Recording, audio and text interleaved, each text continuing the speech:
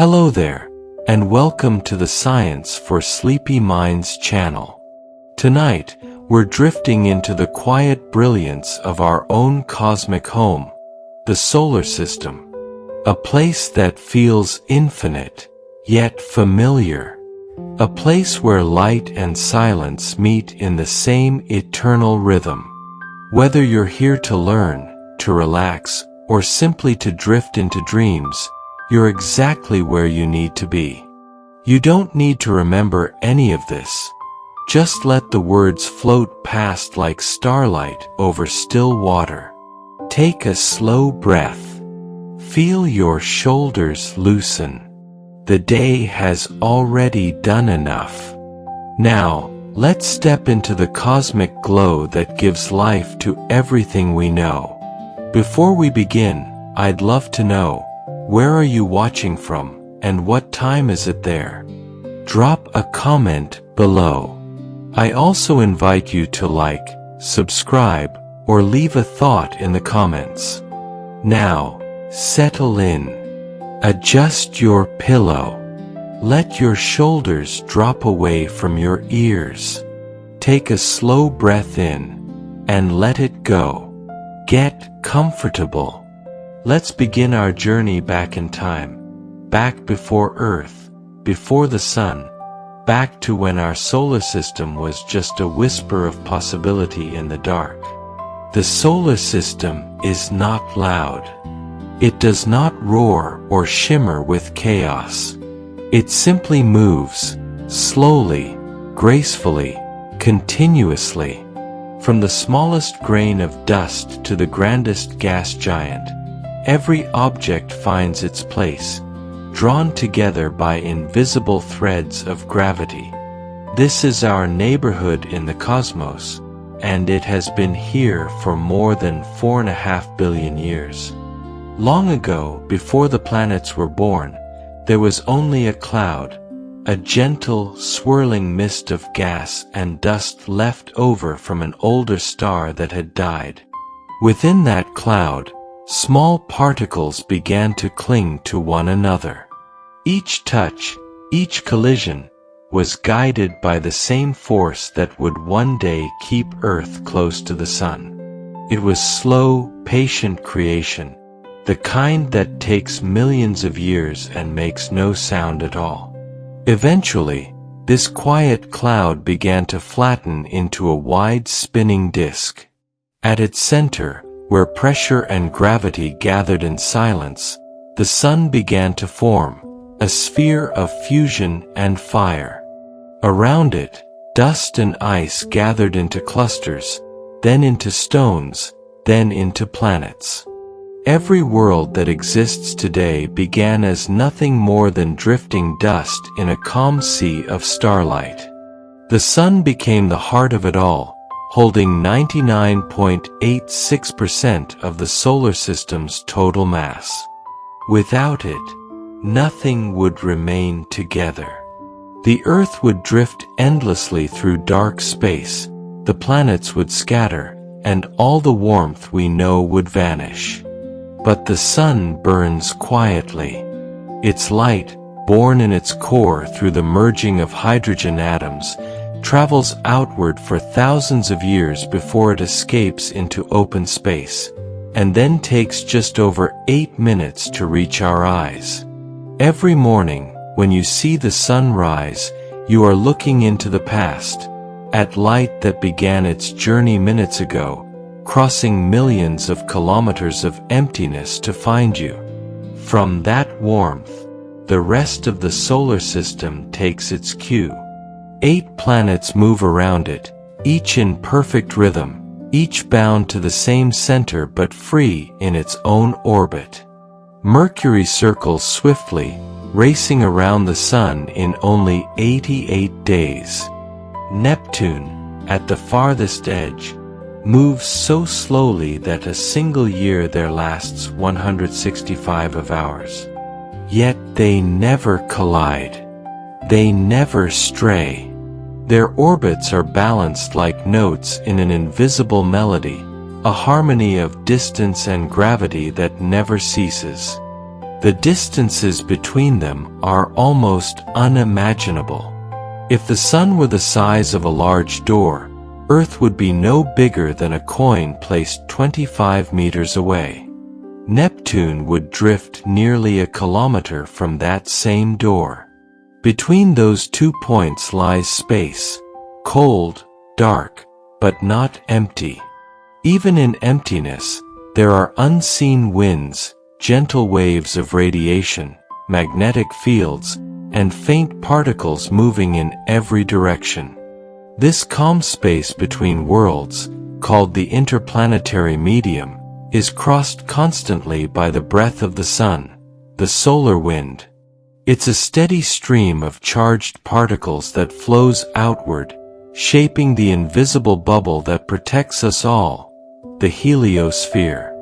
Within this bubble, planets drift safely, shielded from the harsher radiation of the galaxy beyond. And at its farthest edge, some 15 billion kilometers from home, this gentle wind fades into silence. That boundary is called the heliopause, the solar system's quiet edge, where the sun's influence finally gives way to the open universe. In the quiet scheme of the cosmos, we are small, yes, but we are part of something vast, enduring, and exquisitely calm. The solar system is not merely a collection of planets, it is a meditation in motion, a balance of gravity and grace, a living poem written in light and silence. Let us drift closer now, toward the center of everything, where warmth is born and time seems to shimmer in gold. Here begins the next part of your sleep documentary, The Heart of Our Solar System. Chapter 2. The Sun, the Silent Heartbeat of Space. At the center of everything, glowing softly in the dark, burns the sun, the quiet pulse of our solar system. It is not a raging inferno, as it may seem from afar, but a vast and stable harmony of light, gravity, and time. For over 4.5 billion years, it has shone with gentle persistence, its warmth breathing life into planets, moons, and oceans. Its light touches every world, every stone, every drifting grain of dust. Even at the distant edges of the Oort cloud, where sunlight becomes memory, its influence still lingers. From a distance, the sun looks eternal, a golden circle drawn across the sky, unchanging, familiar. But it is alive with motion. Inside, atoms of hydrogen merge into helium in endless fusion, releasing light and heat that rise through swirling layers of plasma. This quiet storm of creation powers everything we know. At its core, temperatures soar above 15 million degrees Celsius. Every second, more than 4 million tons of matter vanish into pure energy. Yet the sun hardly changes. Gravity and radiation hold each other in perfect balance, the universe's most enduring example of peace through motion. That balance is what makes life possible. The light that warms our world began deep within that core. For more than 100,000 years, each photon drifts through dense plasma, scattering, slowing, transforming. When it finally escapes into space, it begins its brief 8-minute journey to Earth. The warmth that touches your skin each morning has traveled longer than the story of humankind itself. If you could watch the sun from space, you would see that it is not smooth, but living.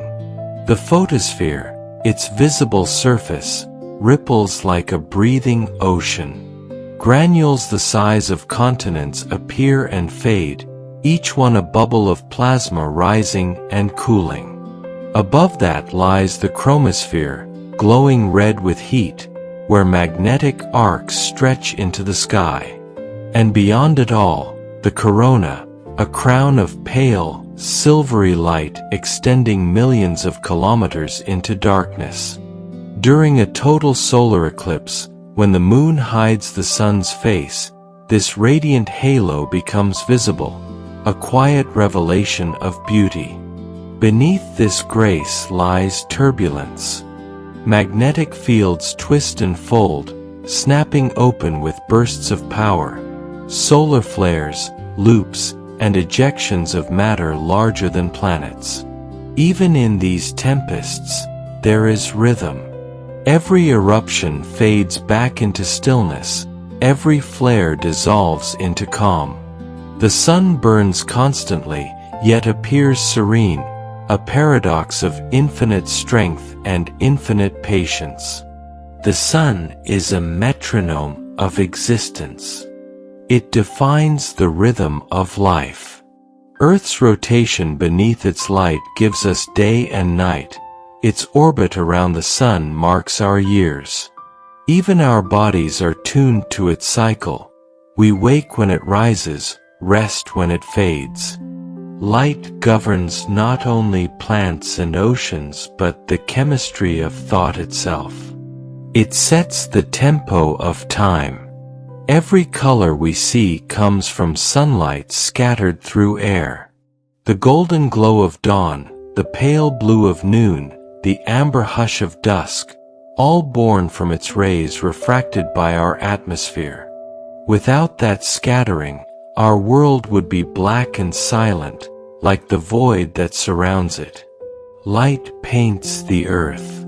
And all that light, in every hue, comes from one star. Scientists call the sun's energy solar irradiance, about 1,361 watts per square meter at Earth's distance. But beyond numbers, it means this: every leaf, every breath, every flicker of fire owes its existence to the same warmth. The energy stored in food, in forests, in fossil fuels, all are echoes of sunlight, captured and remembered. The sun is not just the present, it is our inheritance from the past and our promise to the future. Sometimes, that energy becomes visible in motion. Streams of charged particles flow from the corona as the solar wind, shaping the invisible architecture of space. When this wind meets Earth's magnetic field, it weaves the sky with light, auroras shimmering in greens, purples, and reds. These are the Earth's quiet conversations with the sun, messages written in color and movement.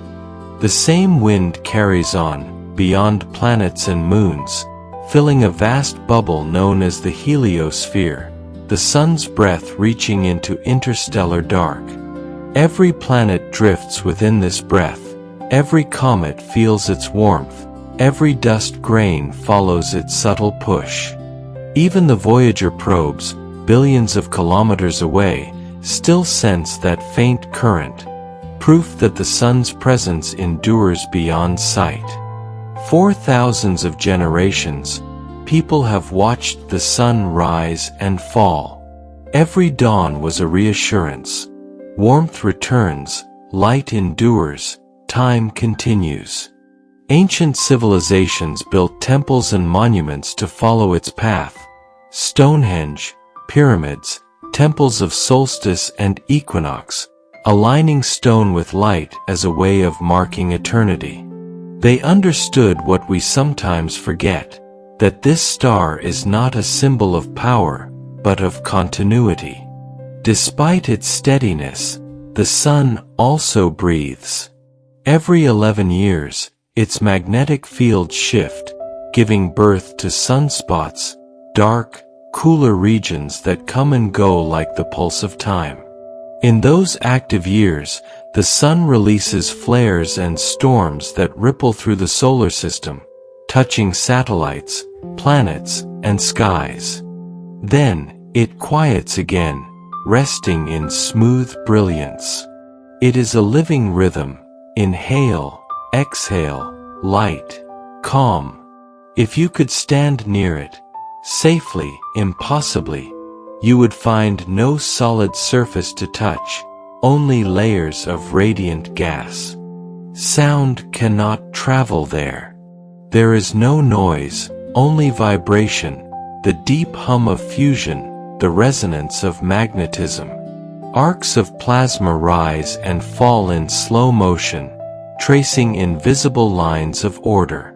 The sun's energy is not chaos, it is choreography. Without it, there would be no solar system. Its gravity holds every planet in orbit, its warmth makes Earth habitable, and its light defines the boundary between day and night. Plants turn that light into life through photosynthesis, creating oxygen and food. Animals, including us, are nourished by that transformation. Every breath, every movement, every thought is sunlight in another form. Even the heat of your body is ancient light continuing its journey. The sun has always inspired reverence. Long before telescopes, humans understood its sanctity, the source of time, warmth, and rebirth. Myth made it a god, science revealed it as a star. But both perspectives share the same truth. The sun is sacred because it sustains everything. It does not fight darkness, it defines it. Half the solar system is always in shadow, yet that shadow exists because of light. Without night, there would be no dawn. The sun teaches balance, that contrast creates beauty, that stillness and brightness need each other. If you drifted far beyond Neptune, the sun would appear as a single star among countless others. Brighter, yes, but no longer dominant. And yet, its warmth would still reach you faintly, its pull would still hold you. Even at the farthest edge of home, its light would whisper through the dark, "You belong." The sun's life will not last forever. About 5 billion years from now, when its hydrogen runs low, it will swell into a red giant, engulfing Mercury and Venus, perhaps brushing Earth's orbit. Then it will shed its outer layers, forming a glowing nebula that drifts away like breath. What remains will be a white dwarf, a small, dense ember that will fade over trillions of years. Even in its final stage, it will shine quietly, marking the end of one cycle and the beginning of another. The matter that composes the sun, and everything around it, was forged long before it was born. The carbon in our bones, the oxygen in our lungs, the iron in our blood all came from ancient stars that lived, burned, and died long before our own star ignited. Their ashes became the cloud that formed the solar system. In that sense, the sun is both ancestor and descendant, a continuation of stars that came before and the beginning of worlds yet to come. When you feel sunlight on your skin, you are touching that lineage, the universe remembering itself through warmth. You are made of stardust, sustained by starlight, destined to return to it someday. The sun is not just a sphere of fire. It is balance, constancy, and quiet generosity. It burns not with rage but with grace, teaching that strength and calm can coexist. It is the universe's heartbeat, steady and timeless. Every sunrise is proof that light endures. Every sunset is its promise to return. Even when night falls, the sun still shines, just on the other side of shadow. So close your eyes, and imagine that warmth still moving through space, patient and endless. Because somewhere, beyond the dark, the heart of the solar system still beats, steady, golden, eternal. Chapter 3: Mercury, the swift and silent wanderer. Closer to the Sun than any other planet, Mercury moves so quickly it seems almost weightless, a silver shadow slipping through light. It circles the Sun in just 88 days, racing through heat and cold, fire and frost, yet never losing balance. To look at Mercury is to glimpse endurance, a world scorched by daylight and frozen by night, spinning slowly through cycles of silence. There are no clouds, no oceans, no sounds, only stone, shadow, and sunlight so fierce that the horizon blurs into white. Still, Mercury keeps moving, steady and sure, held in place by the same gravity that guides all worlds. It is the solar system's messenger, quick, elusive, and ancient. In the glow of dawn, Mercury would rise like a pale spark near the Sun, visible only for moments before fading into the brightness of day. Even the most careful observer would find it fleeting, a planet that reveals itself only to those who look just before sunrise or just after sunset. It is the smallest of the 8 planets, barely larger than our own moon, and yet it carries a history written in stone and silence. Mercury's surface is ancient, older than Earth's continents, older than most craters on Mars. It is marked by impact scars that date back billions of years, when the solar system was young and wild. In that era, countless fragments of rock drifted through space, colliding, merging, reshaping worlds. Mercury bore much of that chaos. Its face, even now, bears the memory of creation, frozen into plains, ridges, and basins. One of these scars is the Caloris Basin, an impact crater over 1,500 kilometers wide. When the asteroid that formed it struck, shock waves rippled through the entire planet, folding the surface on its opposite side. Imagine that moment, a silent collision in the early dawn of the solar system. There was no atmosphere to carry sound, no air to burn or echo, only light and dust, then calm. Even in devastation, Mercury remained still. Its surface, from space, appears gray and dry. But look closer, and you would see subtle shades of gold, ash, and silver. Some regions shimmer faintly with a mineral called enstatite, while others are dusted with fine particles of graphite, the same element that once wrote words on paper here on Earth.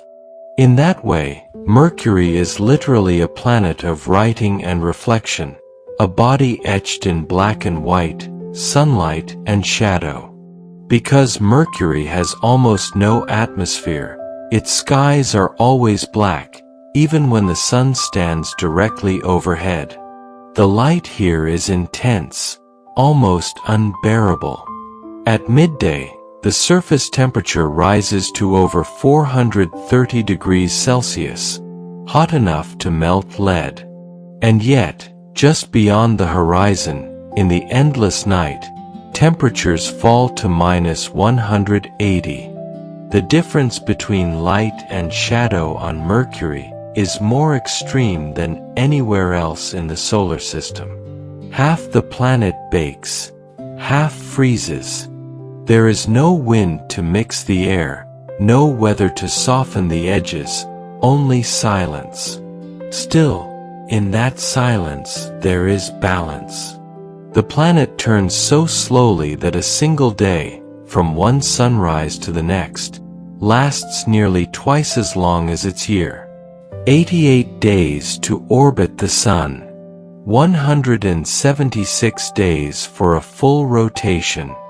That means that if you stood on Mercury's surface, you could watch the sun rise, drift slowly across the sky, pause, and then reverse direction. setting where it once rose, a dance caused by Mercury's strange spin and orbit. Time itself seems uncertain here, bending gently between motion and rest. There are places near Mercury's poles where sunlight never reaches, deep craters kept in perpetual shadow. And inside those frozen hollows, scientists have found bright reflections, evidence of water ice. Even on this scorched and airless world, frozen water endures, protected by darkness. It's a soft truth in a harsh place. Even under the fiercest light, there can be pockets of stillness that never melt. Mercury's gravity is small, only about a third of Earth's. A human could leap 3 times higher here, though they'd feel the sun's pull like a presence always nearby. There's no sound to hear, no breeze to feel, only vibration. If you placed your hand on the rocky ground, you might feel a faint tremor, the whisper of the planet adjusting to its own tides, tugged gently by the sun's immense gravity. Unlike Earth, Mercury has almost no tilt. Its axis leans less than 1 degree, meaning there are no seasons, only the eternal rhythm of heat and cold, day and night. And yet, within that monotony, beauty thrives. When the sun rises on Mercury, it appears 2.5 times larger than it does from Earth. Its light stretches across the surface like liquid gold, casting shadows that stretch for miles. The horizon glows, then fades again into darkness, a slow-motion dawn in a place where time barely moves. Mercury's name, drawn from the ancient Roman messenger god, fits it perfectly. Swift and elusive, it carries the messages of light and gravity from the sun outward to the rest of the solar system. In mythology, Mercury was the one who moved between worlds, between heaven and earth, light and dark. And so, too, does this planet travel between extremes, a silent envoy of both. When spacecraft first visited Mercury, the world revealed more secrets than expected. The Mariner 10 mission in the 1970s, followed decades later by NASA's Messenger probe, showed us a planet far more complex than a simple stone. Its interior holds a large iron core, making up nearly 85% of its radius, far larger than any other planet's proportion. That core still stirs faintly with magnetism, creating a weak but measurable magnetic field, one that shifts and pulses under the pressure of the solar wind. Even a small world can carry an invisible strength.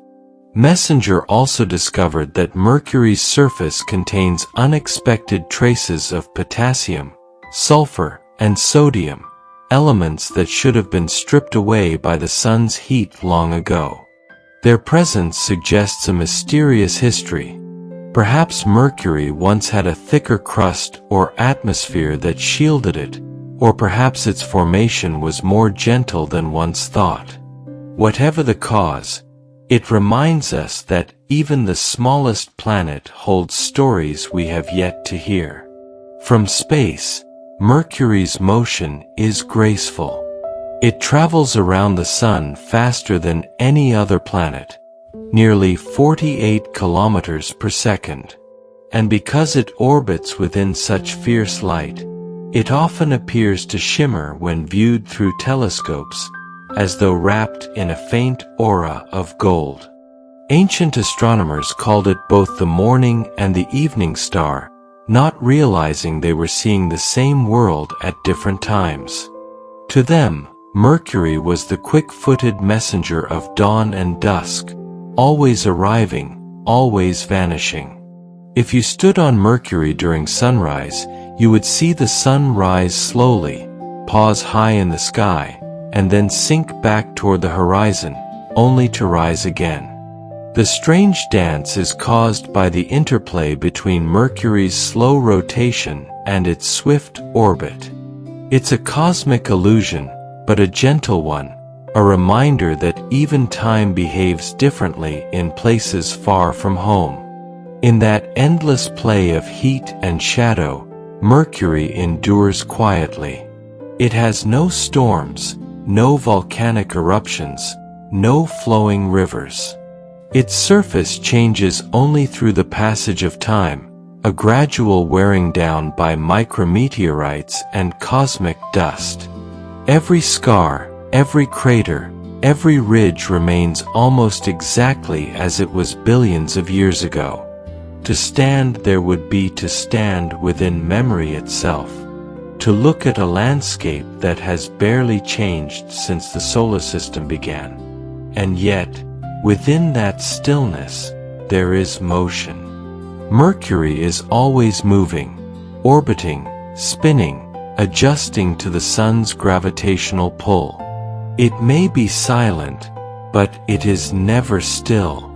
Each moment of its journey is another whisper in the solar system's great rhythm, a note so high and fast that, from our slow earthly pace, we can only sense it as peace. From Earth, Mercury is a fleeting spark, visible only at twilight, shimmering briefly above the horizon before fading again. It never rises high, never lingers long. But perhaps that is its lesson: to appear, to shine for a moment, and to move on, quietly, without need for applause. There is beauty in transience, in motion without noise, in the grace of something that never seeks to be seen yet continues faithfully. If you were to close your eyes now and imagine drifting above Mercury's surface, you would feel both warmth and cold, the sun's glow on one side, the deep black chill of space on the other. The horizon would stretch endlessly, curved and soft, and beneath you, craters would glimmer faintly like silver coins in the light. The sun would rise huge and brilliant, casting long, sharp shadows across the ridges, and as you floated higher, the silence would grow deeper still, so deep it would feel alive. Mercury teaches something subtle, that even the smallest, fastest things can exist in peace. That motion, when perfect, feels like stillness. That endurance does not need noise, and beauty does not require light for long. In the end, Mercury will keep circling the sun, quietly marking the first orbit in the solar system's endless waltz.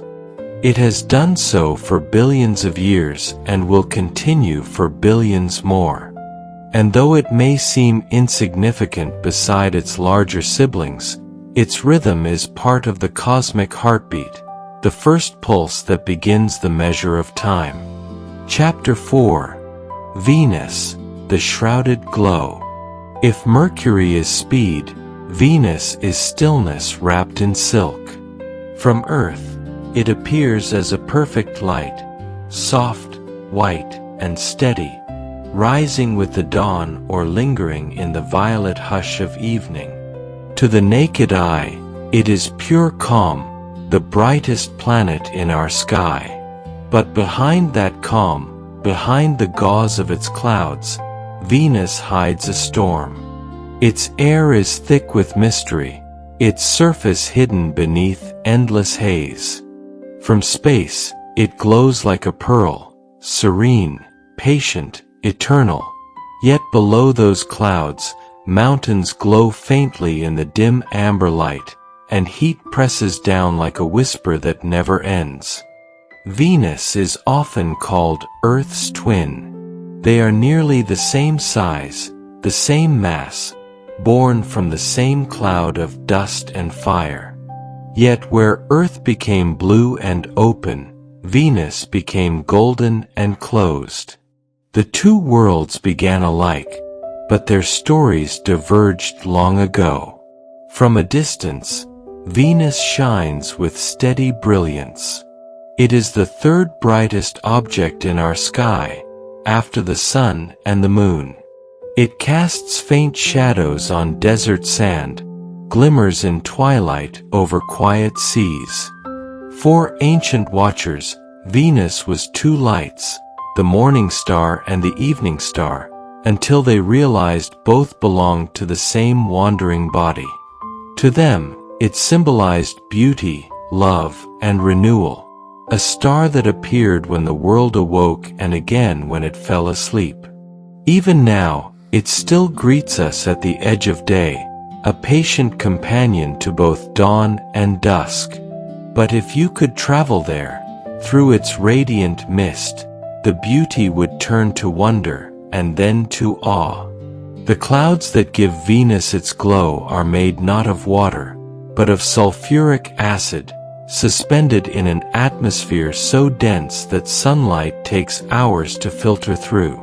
The air presses with 90 times the weight of Earth's, the same pressure you would feel nearly a kilometer beneath the ocean. And beneath that golden blanket, the surface burns. Temperatures hover around 465 degrees Celsius, hot enough to melt lead, hotter even than Mercury, though Venus lies twice as far from the sun.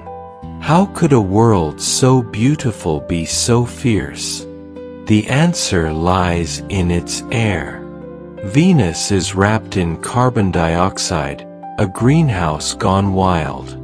Heat enters but cannot escape. Every ray of sunlight that slips through the clouds is trapped, bouncing endlessly within the thick atmosphere, warming the ground below until stone itself glows faintly with heat. It is a lesson in balance undone, a mirror to what happens when warmth cannot breathe. Yet within that intensity, there is a strange kind of tranquility. The winds at the surface move slowly, no faster than a gentle walk. Above, higher in the clouds, they race around the planet in just 4 days, a global current flowing perpetually eastward, wrapping the world in motion. From orbit, it looks like slow gold smoke, curling endlessly around a world of fire. Beneath that movement, everything is still. Venus spins differently from any other major planet. Its rotation is slow and backward, what astronomers call retrograde. The sun rises in the west and sets in the east. A single day there lasts longer than an entire Venusian year. One slow rotation takes 243 Earth days, while one orbit around the sun takes only 225. The effect is mesmerizing, a planet moving forward and backward at once, caught in its own timeless rhythm. To stand on its surface would be to see the sky move in directions you could not name, to feel that time itself has lost its familiar path. The clouds above never part, yet the light that filters through them is soft and golden, as if the entire sky glows from within. It would be a twilight world, neither day nor night. The ground, hidden from space, is a landscape of mountains, plains, and volcanic fields. There are vast plateaus like Aphrodite Terra and highlands named for ancient goddesses, Ishtar, Dion, and Themis. Venus has no oceans, but it has shorelines of stone, places where once, perhaps, liquid might have flowed. Some scientists believe that billions of years ago, Venus may have had seas, clouds of water, and even a climate not unlike Earth's. But as the sun brightened over time, the oceans boiled away, leaving behind the carbon that thickened its air. Venus, in that sense, is a memory of what might have been, a sister who took a different path. When probes first descended through its clouds, they did so slowly, sinking like lanterns into fog. The Soviet Venera landers, in the 1970s and 80s, were the first to touch down. Each survived only minutes in the crushing heat before falling silent. But in those minutes, they sent back glimpses, orange horizons, scattered rocks, and light that bent strangely through the thick air. One lander, Venera 13, recorded the sound of wind, a faint sigh from a world that should have been silent. It was like hearing the breath of a furnace, a soft, steady exhalation that carried both heat and calm. Despite its hostility, Venus is hauntingly symmetrical. Its clouds, its winds, its temperature, all remain almost perfectly even across the planet. There are no seasons, no true poles, no shifting weather. It is as if the planet has settled into one eternal mood, quiet, consistent, unchanging. In its own way, Venus is peaceful, not gentle, but complete. Above the clouds, where pressure and temperature are less fierce, some scientists imagine the possibility of floating habitats, airships suspended in the high atmosphere, where sunlight still glows warmly but the air is almost breathable. Here, 50 kilometers above the surface, conditions resemble Earth's more closely than anywhere else in the solar system. It's a poetic idea that in the layers of a storm, calm may still be found. Venus holds another mystery: lightning. Its thick clouds crackle with electric storms, but the bolts are faint, muffled, often invisible. They whisper through the haze rather than flash. Even the planet's anger moves softly. Radar images from spacecraft show circular features, vast volcanic plains, and mountains carved by flows of molten rock that may have erupted long ago. Yet no one knows for sure whether Venus is still alive volcanically or whether it slumbers in quiet heat. Some data hint at change, slight shifts in temperature, faint signals of renewed activity. Others suggest it has long since settled, its fire turned inward. Whatever the truth, Venus keeps its secrets beneath its golden skin. When you look at Venus from Earth, you are seeing reflected sunlight, not its own glow, but the sun's radiance returned. It is an act of reflection on a planetary scale. Every shimmer we see is sunlight bouncing from its clouds, scattered and softened by acid and air. It is a mirror in motion, a symbol of beauty made from brightness borrowed. And perhaps that is what makes it so hypnotic. The idea that something can shine so perfectly while hiding everything within.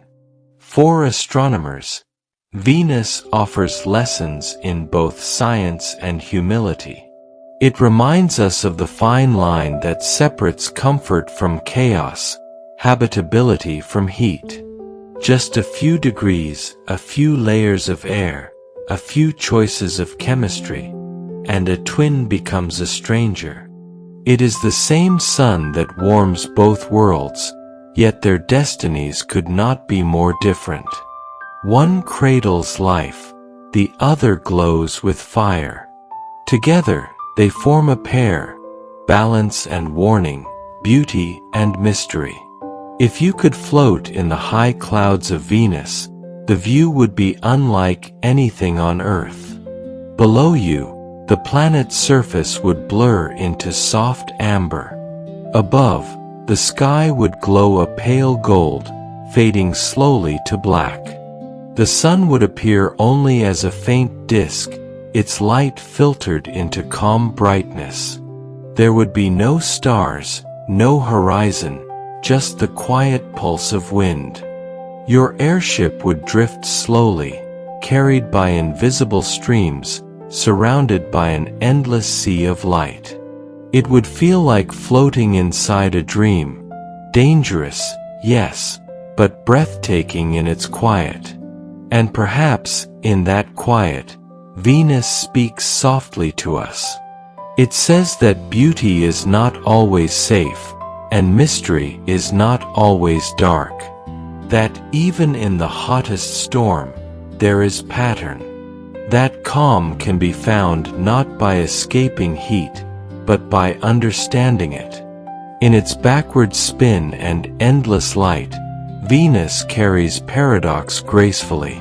It moves slowly, yet its winds race. It burns fiercely, yet glows softly. It hides everything, yet reveals the heart of reflection itself. When viewed through telescopes, its phases resemble the moon's, crescents, halves, and full circles of brilliance. But unlike the moon, its light is never its own.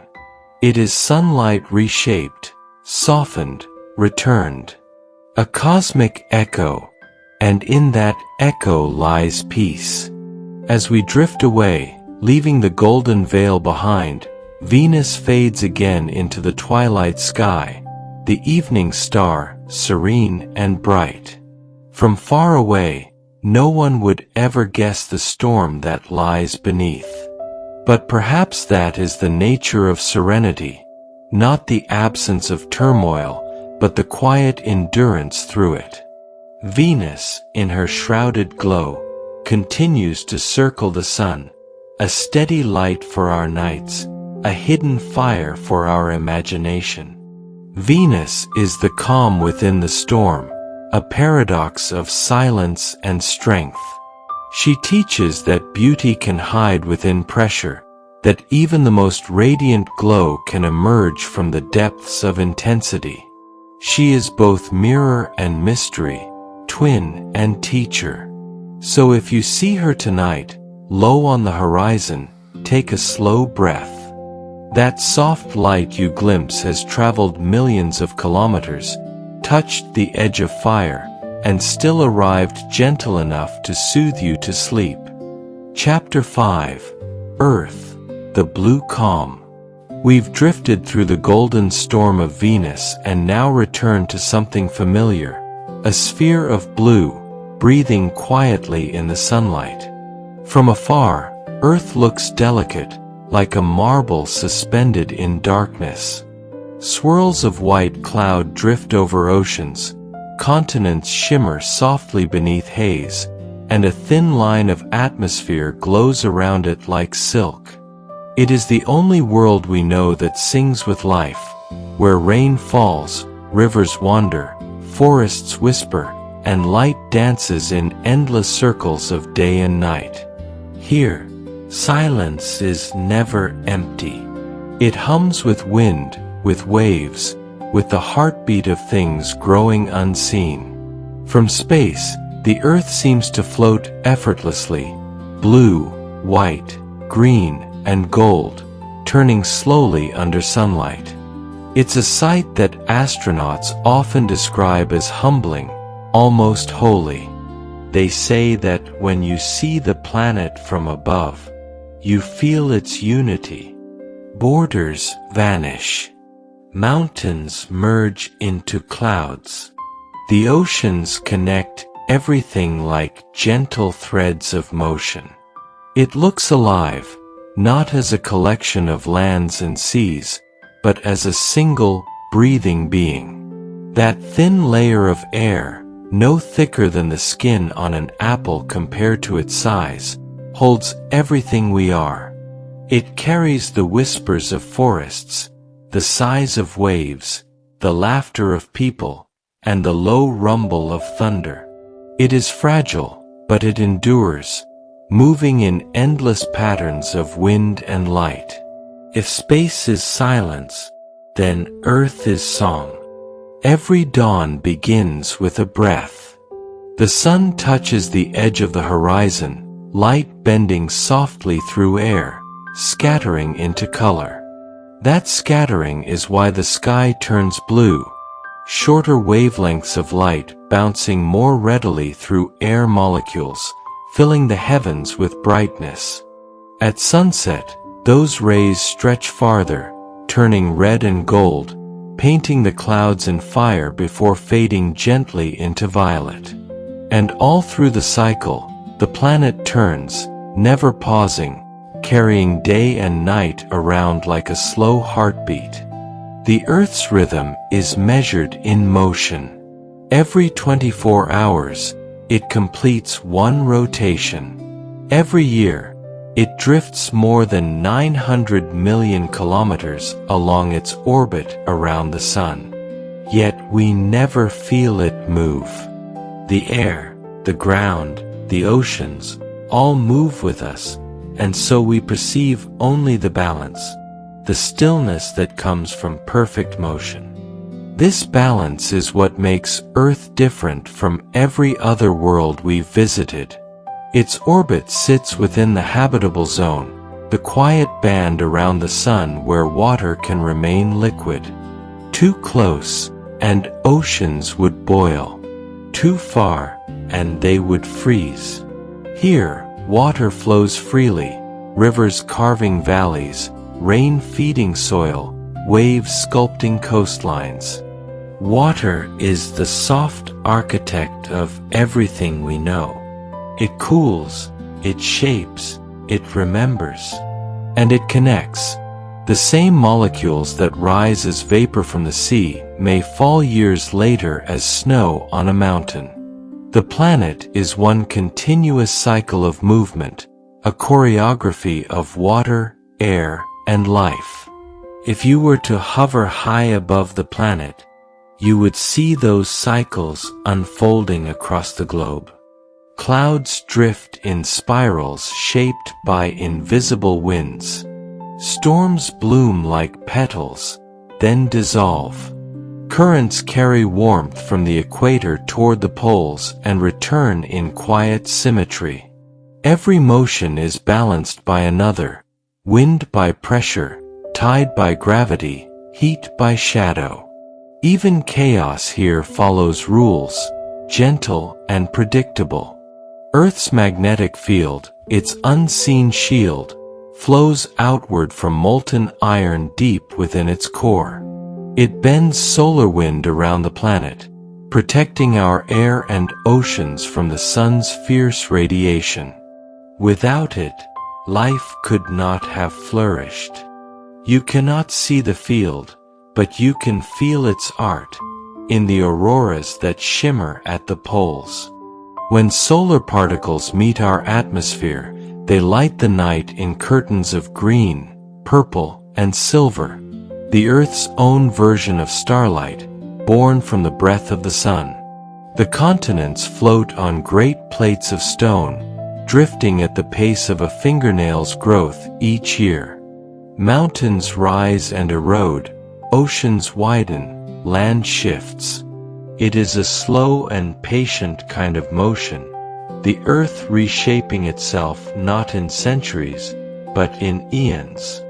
And beneath that slow dance, molten rock circulates, heating and cooling, a reminder that even the calmest surface hides a living heart below. On this small, blue sphere, more than 8 million species share the same sunlight. Each one, bird, whale, fern, fungus, coral, is a thread in the same vast pattern. Life here doesn't exist separately from the planet. It is the planet, rearranged into movement and awareness. The air we breathe comes from ancient trees and ocean algae. The rain that falls has been falling, rising, and falling again for billions of years. Every living thing is a continuation of that cycle, not separate from Earth's calm, but part of it. And humans, too, are part of that rhythm. Our heartbeats match the pulse of waves, our breathing echoes the motion of wind. The calcium in our bones was once inside stars. The iron in our blood was forged in explosions older than the sun itself. To live on Earth is to be connected to everything that ever was. Even in silence, even in stillness, we belong to something vast and ongoing. If you walk through a forest at night, you can feel that truth in the air, the soft breath of leaves, the steady hush of insects, the muted heartbeat of roots and water beneath your feet. The calm that comes in those moments is not absence, it is presence. The same kind of calm that fills the spaces between the stars. And yet, Earth's calm is dynamic. It moves through cycles of light and dark, warmth and cold, growth and rest. Rain falls, seeds open, rivers flow, tides rise. It is always changing, and always the same. That balance is what keeps life steady. The ability to shift and return, to flow without breaking. The moon, our silent companion, pulls gently at our oceans. Its gravity shapes the tides, turning them twice each day. When it rises, water follows. When it sets, water retreats. It is a reminder that even the smallest forces, given time, can move the largest things. The sea's rhythm, the pulse of waves, they are echoes of the moon's slow orbit around our world. And still, above all this motion, the earth remains quiet. From space, there is no sound, only the silent flicker of lightning, the soft reflection of sunlight on clouds. It is peaceful because it is whole. Every motion complements another. Every imbalance becomes balance again. If you close your eyes now, imagine drifting high above the surface, so high that you can see the curve of the earth, glowing blue against black. The atmosphere would form a thin halo, delicate and perfect. You would see continents like paintings, weather like brushstrokes, and oceans like moving mirrors. The poles would gleam with light. And in that view, there would be no noise, no hurry, only the soft rotation of a living world beneath your feet. Even time here moves gently. Days stretch into nights, seasons blend softly into one another. Winter yields to spring, summer folds into autumn. It is a constant unfolding, a reminder that change itself can be peaceful when allowed to move at nature's pace. Every heartbeat on earth, every flicker of firefly or call of whale, contributes to the planet's quiet song. From the smallest cell to the tallest tree, everything follows the same rhythm of energy. Sunlight transformed, shared, and returned. If you could listen closely enough, you might hear it as a vibration in the air, a low hum that underlies every sound, the harmony of life sustained. Even our technology, our buildings, our lights, are extensions of this same process, elements of the earth reshaped into form and function. We are not separate from the planet's calm, we are its expression in movement and memory. The more we notice that connection, the more we realize how perfectly the earth teaches balance, between giving and taking, between stillness and change. At night, the planet glows differently. City lights trace coastlines and mountains, turning continents into constellations. From orbit, it looks like the stars have descended to the ground. But even this glow, even this human shimmer, is temporary and tender. Beneath it, the forests breathe, the oceans move, and the planet continues its ancient rhythm, untouched by hurry. It's easy to forget that calm is our natural state, that beneath noise and motion, we belong to something vast and slow. The same forces that turn planets and lift tides also move through us. When you breathe, when you rest, you are participating in Earth's quiet rotation. You are moving at the same pace as clouds, mountains, and time. The earth reminds us that peace isn't found by stopping, it's found by flowing in harmony with everything that already moves. The wind, the waves, the orbit, the light, all are parts of a single, serene design. It's the same rhythm that guides the solar system, the same gravity that holds the moon, the same silence that lives between stars. If you listen closely now, perhaps you can hear it. The whisper of oceans turning, the breath of forests releasing air, the faint hum of the planet beneath you, steady and sure. That is the sound of home. The blue calm, ancient, alive, and endless. Earth is not merely where we live. It is the living stillness that carries us, a world that turns quietly, breathes deeply, and teaches balance through motion. It reminds us that life and calm are not opposites. They are the same, one flowing into the other, endlessly. Chapter 6. The Moon, Keeper of Tides and Dreams. Above the quiet forests and sleeping cities, the moon rises. It has no fire of its own, yet it glows with borrowed sunlight, a mirror of the calm that lives between darkness and dawn. Every creature that has ever looked up has seen it there, watching, guiding, marking the rhythm of time. The moon keeps secrets of the earth's early days. It pulls the oceans, stirs the tides, and illuminates our nights with a light so soft that even shadows seem at peace. It does not rush, nor speak, nor change its path. It simply moves, faithfully and forever, circling the world like a guardian of sleep. The moon has always been a companion to Earth, a quiet twin orbiting in silver light. It formed more than 4.5 billion years ago, born from collision.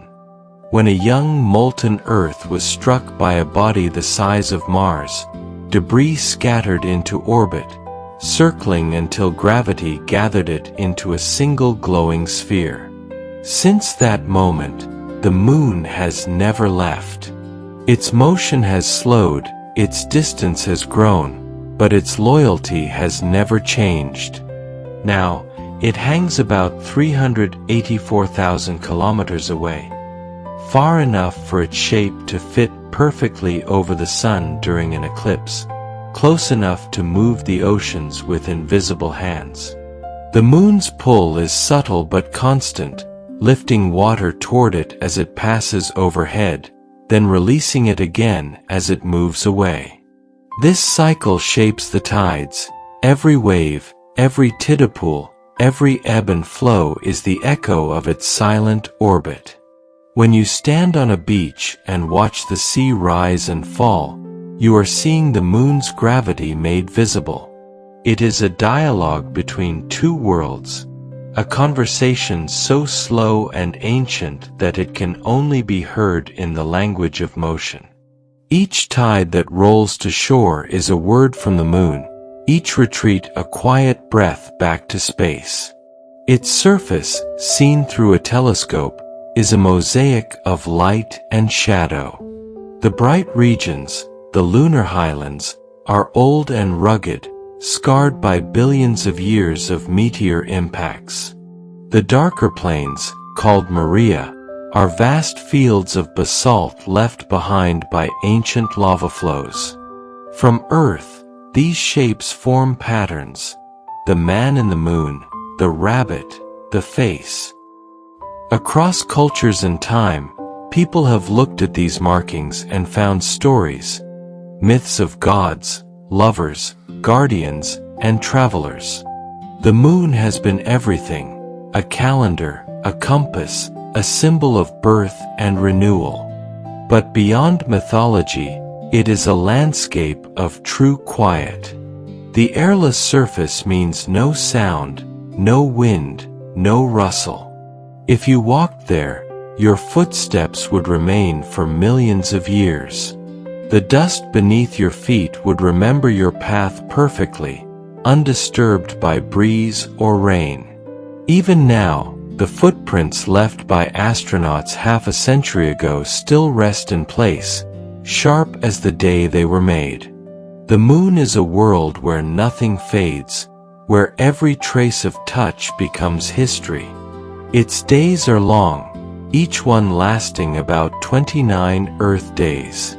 When the sun rises over its horizon, light spreads slowly across craters, transforming them from black to silver. The shadows are sharp, the light unfiltered. At lunar noon, the sky remains black, and the sun burns white above a landscape that glows as though carved from glass. When night returns, it comes swiftly and completely, plunging the world into deep, endless cold. Temperatures swing from scorching to freezing, and still, the moon remains steady, unbothered by extremes. This stillness gives it a kind of peace that Earth cannot match. No atmosphere means no weather, no storms, no erosion. Only the slow rain of micrometeorites, tiny grains of cosmic dust that fall silently across eons. Each one marks the passage of time, a slow snowfall of the universe itself. When viewed from space, Earth light reflects upon its surface, painting faint colors across the gray terrain. The astronauts who walked there said the light felt alive, soft, shifting, faintly blue at the edges. They described the horizon as curved and near, the sky as velvet black, and the Earth rising above it like a jewel, glowing, turning, full of motion. In that sight, they said, was everything: home, beauty, fragility, belonging. The moon's motion is locked with Earth's, which is why we always see the same face. It turns just once on its axis for every orbit around our planet. This synchronous rotation means that one hemisphere forever faces us, while the far side remains hidden, not dark, but unseen. We call it the far side, though sunlight touches it as often as the near side. When spacecraft first photographed it, they found it rougher, more cratered, more mysterious, a different expression of the same quiet companion. The moon moves away from Earth by about 3.8 centimeters each year, the slowest kind of farewell imaginable. Someday, billions of years from now, it will drift too far to create total eclipses. The sun will always appear slightly larger, the moon slightly smaller. But for now, they remain in perfect balance, a cosmic coincidence that allows moments of breathtaking symmetry when the moon covers the sun's face and day turns briefly into twilight. During those minutes, the air cools, the wind stills, and shadows sharpen, as if the world is holding its breath. In every culture, the moon has been a timekeeper. Its phases mark the rhythm of months, its cycles guide tides and planting seasons, migration and rest. The waxing crescent is promise, the full moon is fulfillment, the waning phase, release. It mirrors life itself, beginnings, growth, decline, renewal. And though its shape changes, it never truly disappears. Even in darkness, it remains whole, waiting for light to return. If you were to stand beneath a full moon far from city lights, you might notice something subtle, shadows that are not black but blue. The light that reaches Earth is soft and silvery, enough to reveal the landscape without stealing its mystery. It's a kind of light that makes everything gentler. Edges blur, colors fade, the world seems hushed. That quiet illumination has inspired poetry, music, and memory for as long as we have looked up. The moon connects us across time. The same light that touches your face tonight once shone upon ancient travelers crossing deserts, upon early humans carving figures into stone, upon oceans that had just begun to breathe with tide. It has watched every dawn, every migration, every flicker of firelight. It is the oldest witness of life's unfolding story. And yet, it is not distant. Its gravity pulls not only the seas, but the crust itself, lifting the land ever so slightly as it passes overhead. The earth and moon are bound in a constant exchange of motion, trading energy, shaping each other. Without the moon, the earth's axis would wobble more wildly. Seasons would shift unpredictably. Climates would drift into chaos. The moon's steadying hand keeps the planets' tilt gentle and stable, a quiet guardian of habitability. So much of life depends on its silent rhythm, yet we rarely notice it. It moves above us, night after night, changing shape, setting tides, marking time, all without asking for attention. That is the nature of true balance, to act constantly and ask for nothing in return. If you could drift close to the moon now, your view would be timeless. The horizon would curve softly away, and the sun would gleam across the surface like polished stone. Each crater would cast a long shadow, each ridge glimmer faintly. You might see faint earthlight, a glow from our world reflecting back upon its face. In that light, both worlds are connected, one blue, one gray, sharing brightness across the void. Sometimes, the moon passes through Earth's shadow, a lunar eclipse.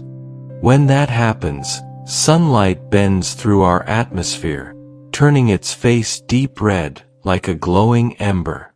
It is a reminder that even in darkness, light finds a way to curve, to soften, to reach.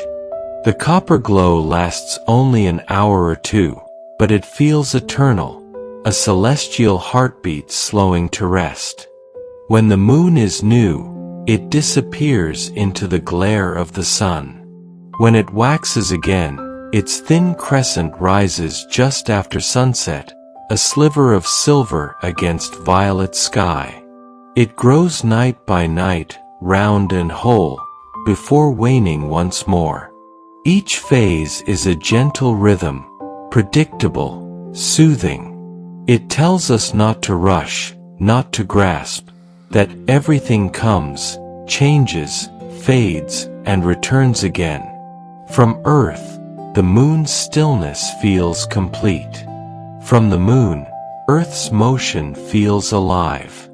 Together, they create harmony, the calm of reflection and the dance of movement.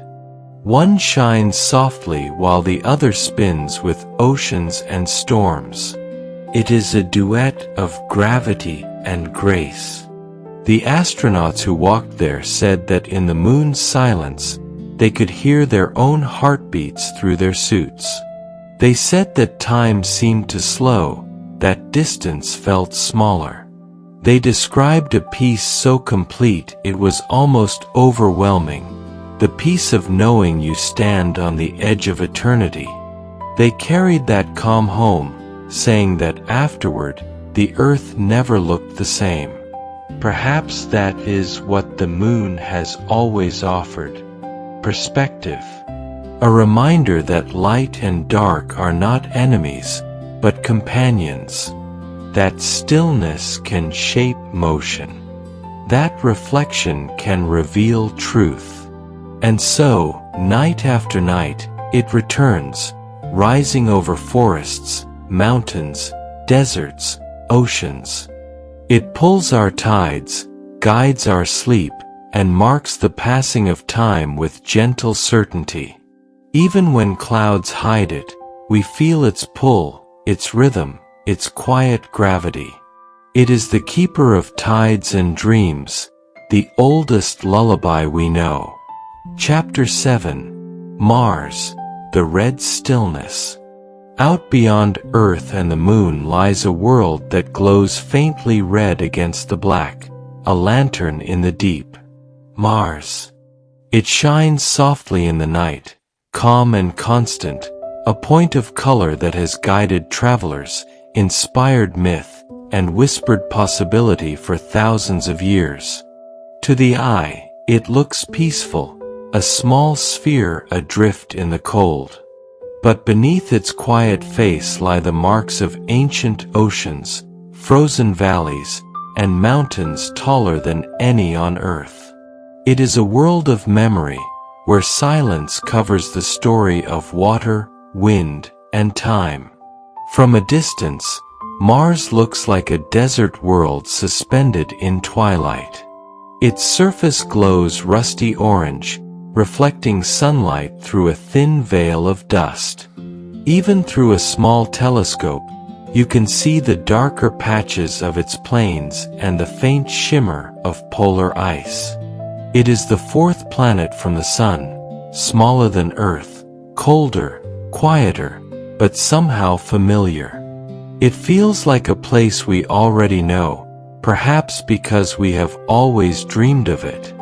The air on Mars is thin, almost non-existent, less than 1% of Earth's atmosphere.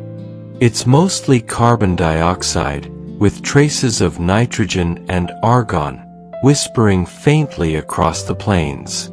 If you could stand there without a suit, you would hear almost nothing. The wind would not carry your voice, and the horizon would seem endless and still. Only the faint hum of dust moving across stone would break the silence.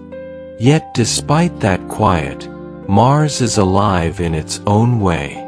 Every sunset here glows blue, not red, the reverse of what we see on Earth. That's because the fine dust in its sky scatters light differently, letting only the blue wavelengths linger when the sun dips low. Imagine standing on that empty plain as twilight deepens, the ground glowing red beneath your feet, the sky fading into sapphire above you. A world reversed, yet somehow serene. Mars has seasons, just like Earth. Its axis tilts at almost the same angle, giving it cycles of spring and winter, summer and fall. But each season lasts nearly twice as long, for Mars takes 687 Earth days to complete one orbit around the Sun. Its winters are longer, its summers cooler, its rhythm slower, a more patient version of time. The planet's surface tells a story written over billions of years. There are canyons so vast they could swallow continents, volcanoes that rise higher than any mountain on Earth, and plains scattered with rocks that have not moved for ages. The largest volcano, Olympus Mons, stands nearly 22 kilometers high, 3 times taller than Mount Everest. Its base is wide enough to cover the entire country of France. And yet, it is not active. It sleeps beneath dust and time, the memory of ancient fire buried beneath peace. Nearby lies Valles Marineris, a canyon that stretches more than 4,000 kilometers across the planet's surface. If you walked along its rim, it would take months to cross, and you would see cliffs taller than any on Earth, shadows stretching for hundreds of miles.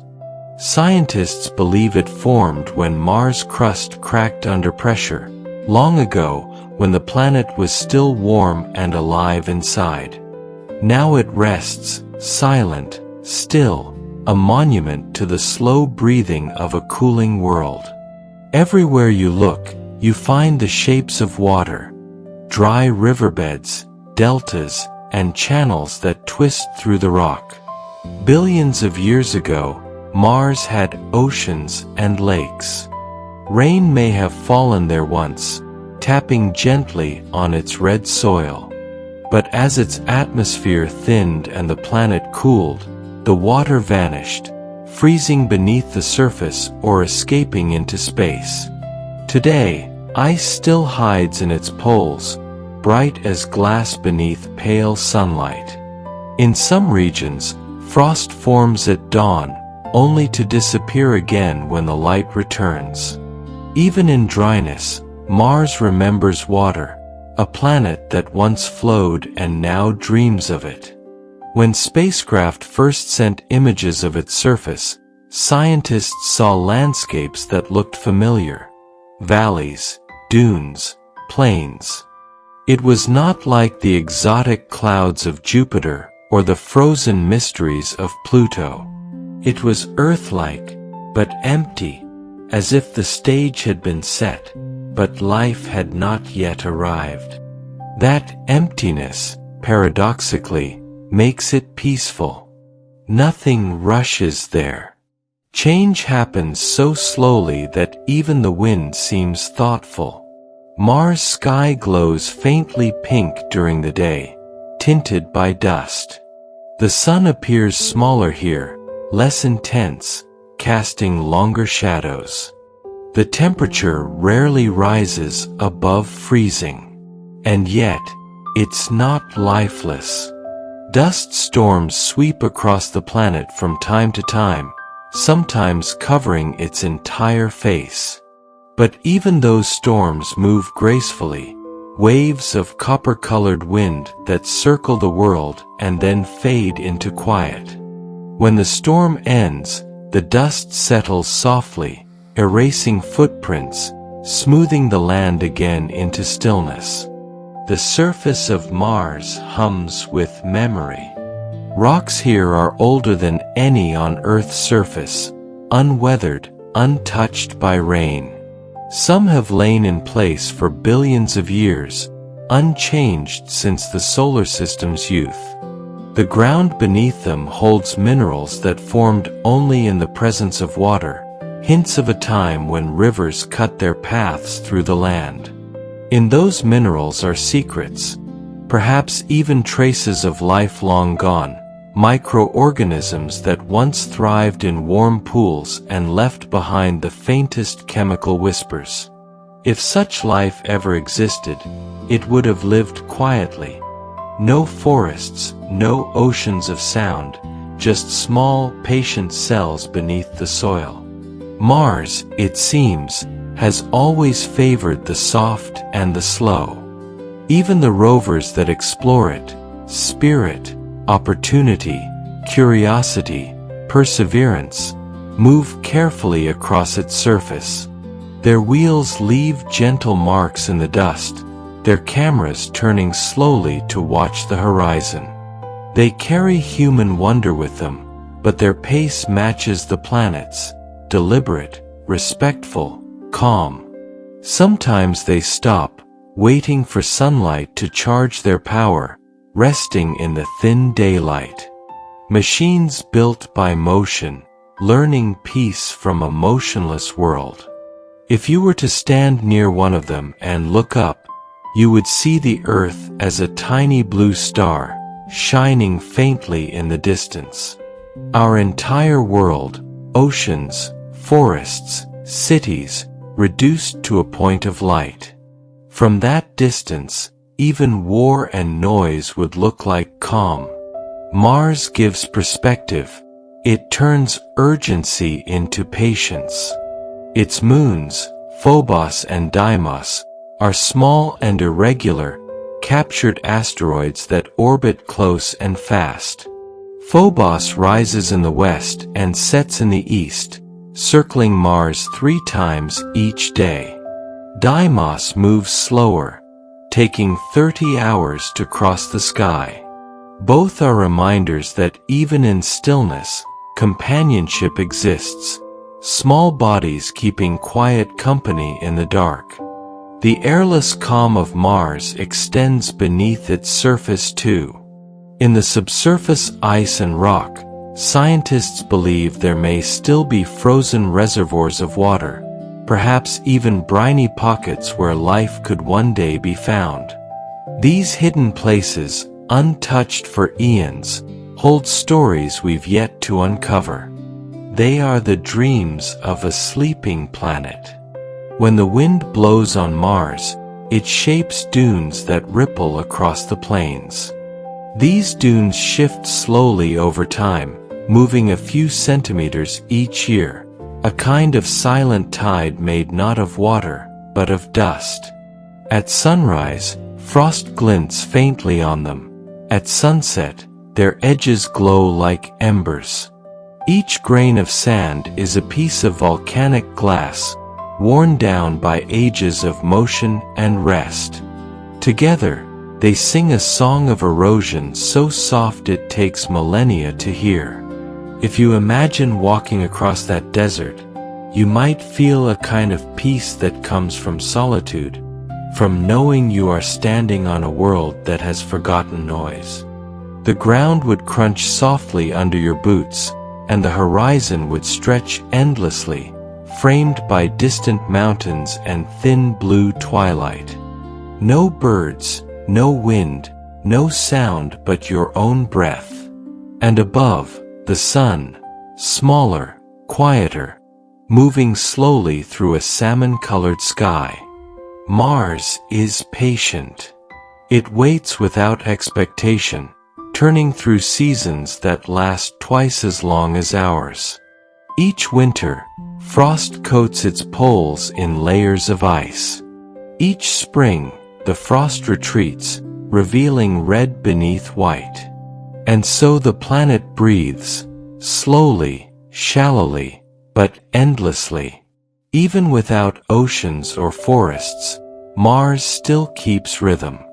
There is beauty in its austerity, in the soft light that spills over craters at dawn, in the long shadows that stretch across dunes at dusk, in the pale glow of Phobos rising over red plains.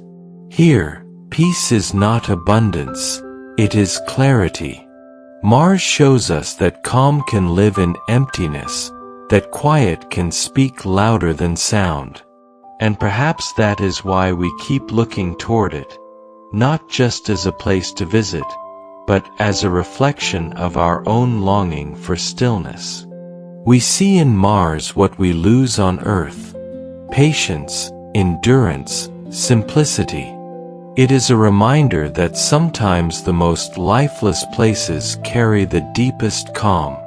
Someday we may walk there again, not just machines but people. We may build small shelters beneath its thin sky, grow food in its dust, and look up to see two moons drifting through the pink haze. And maybe, as night falls, we'll look back toward Earth, a faint star in the black, and feel the same peace the rovers must feel now, the stillness of belonging in motion. For Mars does not sleep in loneliness. It keeps silent watch over the path between inner and outer worlds.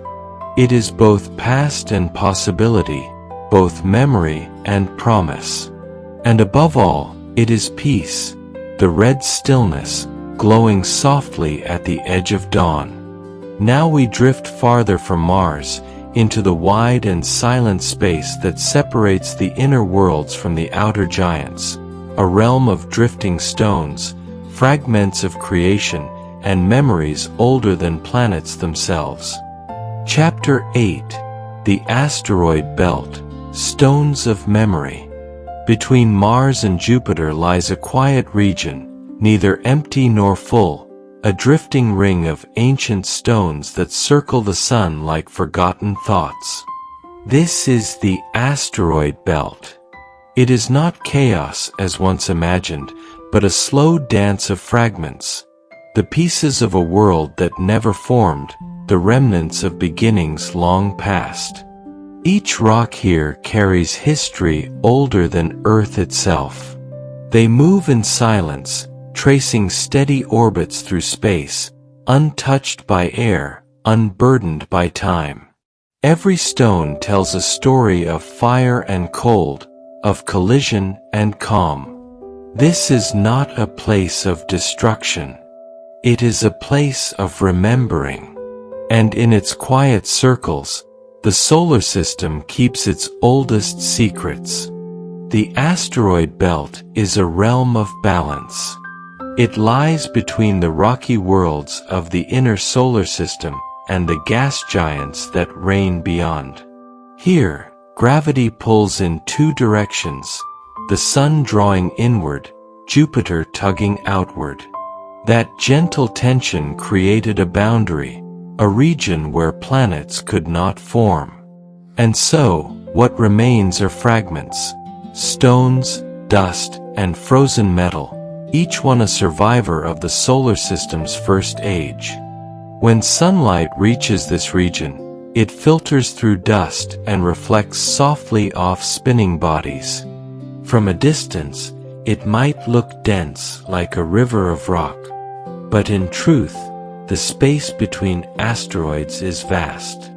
A traveler could glide for millions of kilometers without meeting a single one. The belt is more like a quiet constellation of memory than a wall of stone. Most of its mass lies in just a few large bodies: Ceres, Vesta, Pallas, and Hygeia. The rest are small, irregular, and scattered. Ceres alone holds nearly a third of the belt's total weight. It's a dwarf planet, round, gentle, about 950 kilometers wide, a frozen world of ice and rock. In 2015, NASA's Dawn spacecraft arrived there, sending back images of bright white spots glimmering in craters. Those spots are salts, the remains of ancient water brines that once seeped to the surface, then froze. Even here, halfway between Mars and Jupiter, there are whispers of water, frozen like memory. Vesta, smaller but brighter, tells a different story. It was once molten, its surface shaped by volcanoes and lava flows. Over time, its heat faded, its light softened, and impacts carved great scars across its face. One of those impacts, near its southern pole, is so large it nearly shattered the asteroid. Fragments of that collision eventually found their way to Earth. Meteorites now resting in museums and deserts, carrying pieces of the belt's ancient heart. Imagine drifting past Vesta's curved horizon, its surface glinting faintly under the distant sun. There is no sound, no wind, no echo. Only light moving across rock that has not changed for billions of years. The silence here is complete, the kind that hums softly in your imagination. Each stone spins slowly, keeping time with orbits that never rush. Some asteroids are pure rock, others metal, others ice mixed with dust. A few, called carbonaceous chondrites, contain amino acids, the building blocks of life. It's possible that some of the ingredients that made life on Earth began here, carried inward by meteorites during the solar system's early days. If so, then the belt is not merely debris, it's the archive of our own origins, scattered across space. Each asteroid follows its own path. Some travel alone, others form families, groups of fragments born from the same collision. Over time, gravity and sunlight reshape their orbits. A gentle push from light itself, a phenomenon called the Yarkovsky effect, can slowly drift a small asteroid across millions of kilometers. Even here, light has power, guiding stones across the void like a hand moving sand. The temperature in this region varies between warm sunlight and deep shadow. When an asteroid rotates, one side basks in the sun's rays, heating to over 100 degrees Celsius, while the other chills to far below freezing. There is no air to carry the heat, no breeze to even the temperature, only the slow exchange of energy between light and darkness. It's a constant balance, a cosmic breath of warmth and cold. Through the centuries, we've looked at these stones and seen danger, imagining them as obstacles, swarms, or threats. But in truth, they are the remains of peace, material that never became a planet, left to drift in quiet order. If you could float among them, you'd see emptiness stretching in all directions, each stone gliding along its path, never colliding, always obeying gravity's slow rhythm. It's not chaos, it's choreography. The solar system's quiet middle, where time moves in circles. Sometimes, though, one of these fragments strays inward. When that happens, gravity may pull it toward Earth, transforming it into a meteorite. And when it meets our atmosphere, it burns, a streak of light across night sky, a brief flare of memory returning home. Every shooting star is a message from the belt, a grain of the early universe releasing its story in a moment of fire. The asteroid belt also marks a transition, from the warm, rocky inner worlds to the colder, gaseous outer planets. It is the threshold, the space between. If the solar system were a breath, the belt would be the gentle pause between inhale and exhale, the moment of stillness that gives rhythm meaning. Drifting farther, you might encounter small asteroids tumbling gently, some shaped like potatoes, others like long spindles. Many rotate irregularly, rolling and twisting in slow motion. Their surfaces are covered with craters from countless impacts, yet they endure, never shattering completely, always reforming into new shapes. Even destruction here becomes creation.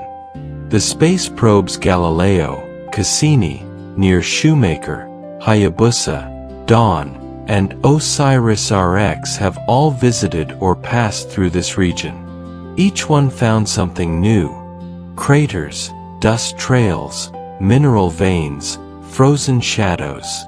When Japan's Hayabusa returned tiny grains from asteroid Itokawa, scientists found them to be older than any rock on Earth's surface.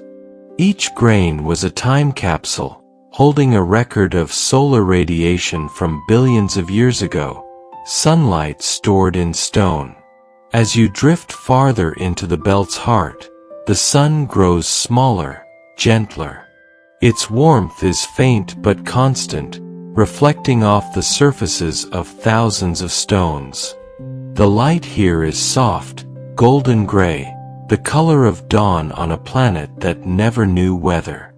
Every rotation of an asteroid creates a slow play of brightness and shadow, a rhythm that feels like breathing.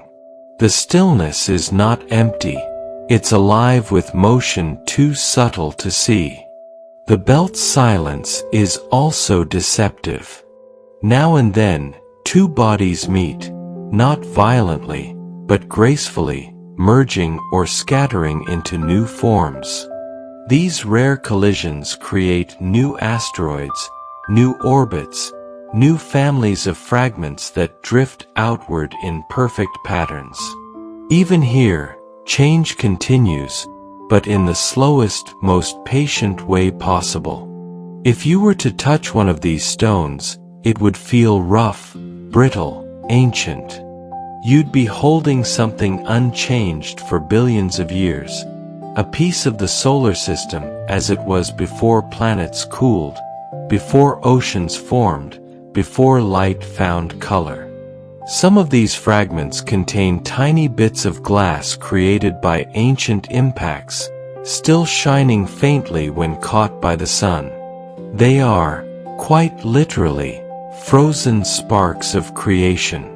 And though the belt seems endless, it has boundaries, shaped by Jupiter's gravity. There are regions called Kirkwood gaps, places where orbits are unstable, where Jupiter's tug gently clears paths through the belt. The result is a pattern, not random, but structured, as if the giant planet were keeping time for all the smaller stones. Each orbit fits like a note in a quiet symphony. From space, the asteroid belt is invisible to the naked eye. Too diffuse, too subtle. But if you could see it all at once, it would look like a faint ring of light encircling the sun, shimmering softly like dust in a sunbeam. And perhaps that is exactly what it is. The solar system's oldest light, scattered into a million tiny reflections. Some asteroids are so metallic they may one day be mined, not for greed, but for knowledge, to learn how planets formed. One such world, called Psyche, lies deep within the belt. It is thought to be the exposed core of an ancient protoplanet, pure nickel and iron, gleaming in the dark. NASA's Psyche mission, launched to explore it, will soon reveal what a planet's heart looks like when left bare to the stars. Even in fragments, there is truth and peace. If you drifted far enough, you might begin to see the belt thinning, giving way to the outer planet's domain. Jupiter's gravity grows stronger there, drawing the edges inward, shaping the quiet chaos into order once again. It is as though the solar system inhales here, gathering its thoughts before expanding outward into vastness. The asteroid belt is not a boundary, it's a bridge.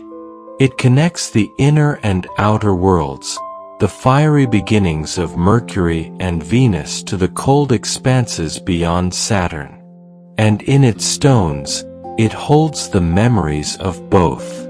It is the pause between heartbeats, the space where time itself seems to rest. The asteroid belt is a reminder that even what is broken can be beautiful. Its fragments do not mourn what never was. They move with grace through emptiness, carrying stories older than life itself. It teaches that creation does not always finish what it starts, and that sometimes the unfinished becomes the most peaceful of all. Each stone is a memory, and together, they form silence made visible. So if your mind feels scattered tonight, think of these drifting worlds, patient, calm, circling forever between warmth and cold. Each one a piece of history, each one in balance. Each one, like you, moving softly through the universe. Now we leave behind the scattered stones of the belt, those ancient fragments of memory, and drift into the vast domain of the outer planets. Ahead of us waits a world so immense that it holds within itself the weight of wonder and calm. Jupiter, the gentle giant. Chapter 9. Jupiter, the gentle giant. Beyond the orbit of Mars, past the whispering stones of the asteroid belt, a great world waits. Jupiter, the first of the gas giants, the guardian of the outer solar system. It shines softly in the night sky, a pale lantern brighter than any star, its light steady, reassuring. Jupiter's vastness is hard to comprehend. More than 1,000 Earths could fit within it, yet it spins with the elegance of a dancer. Its storms move like slow music, its clouds drift in ribbons of cream and amber, and its gravity keeps the solar system's balance intact. And even the strongest presence in the sky can teach the quiet rhythm of patience.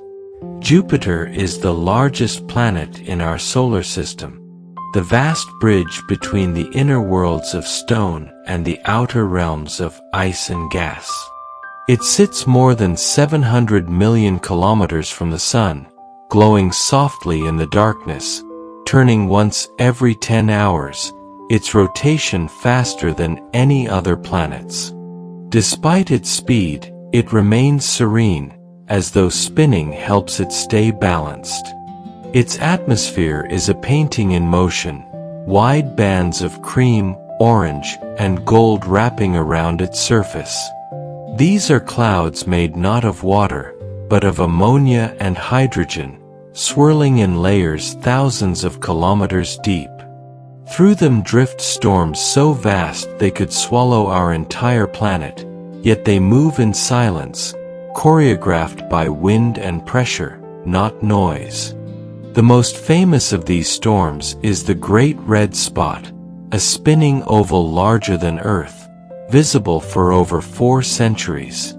From space, it looks like a slow whirl of sunset color, a perpetual vortex in the planet's southern hemisphere.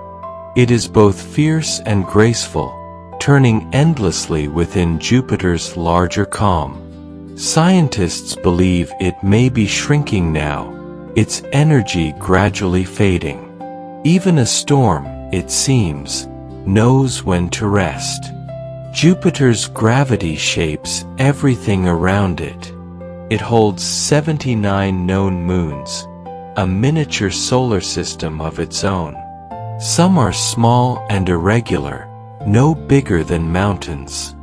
Others, like Ganymede, Callisto, Io, and Europa, are worlds in their own right. They orbit together like a family of lanterns around a glowing hearth, each with its own rhythm, each influencing the others with subtle tides and tugs.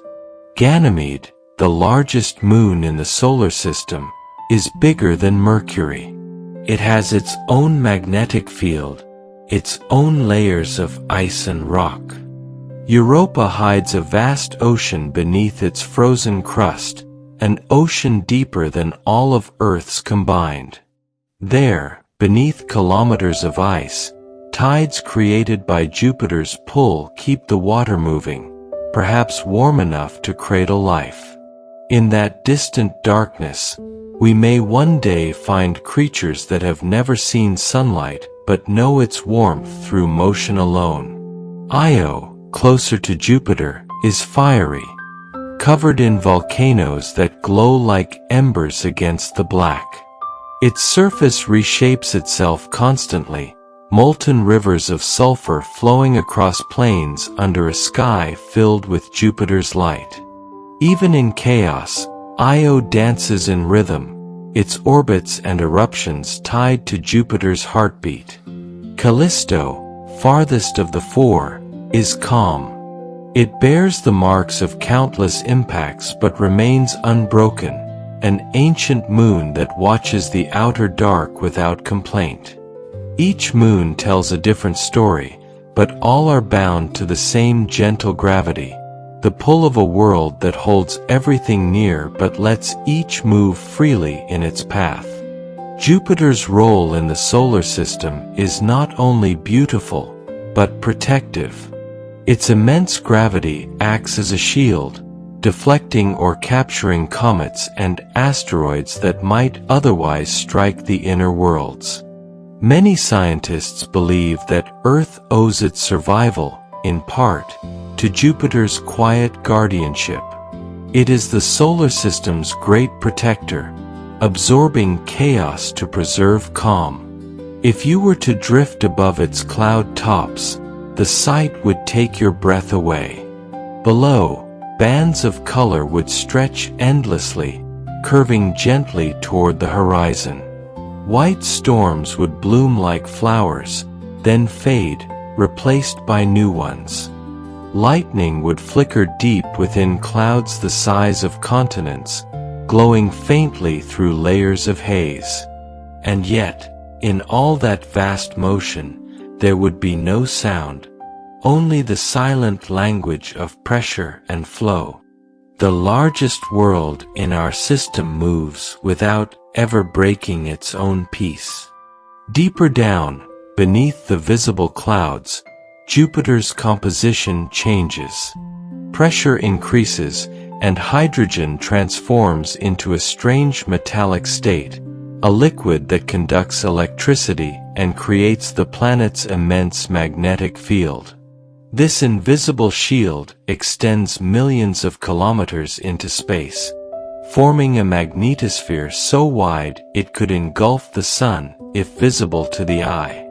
Within it, particles spiral in endless motion, glowing in ultraviolet auroras that crown the planet's poles. Even in magnetism, Jupiter radiates grace, its energy channeled into light rather than destruction. If Jupiter were just slightly larger, fusion might have ignited at its core, and it could have become a second sun. But it remained a planet instead, a luminous almost star, content to reflect light rather than create it. Perhaps that is the essence of gentleness, the strength to hold potential without the need to display it. Jupiter's presence reaches far beyond its size. It defines the architecture of the solar system, guiding comets, shaping orbits, maintaining balance. Its gravity carved paths through the asteroid belt, creating the Kirkwood gaps, the same spaces we floated through before. Its influence is everywhere, though it moves unseen. Despite its might, Jupiter's colors are soft. The creamy whites, muted oranges, and delicate browns form endless patterns, each one changing and reforming over time. No 2 days ever look alike there, yet the overall beauty never fades. It is constant change within perfect equilibrium, the visual language of calm itself.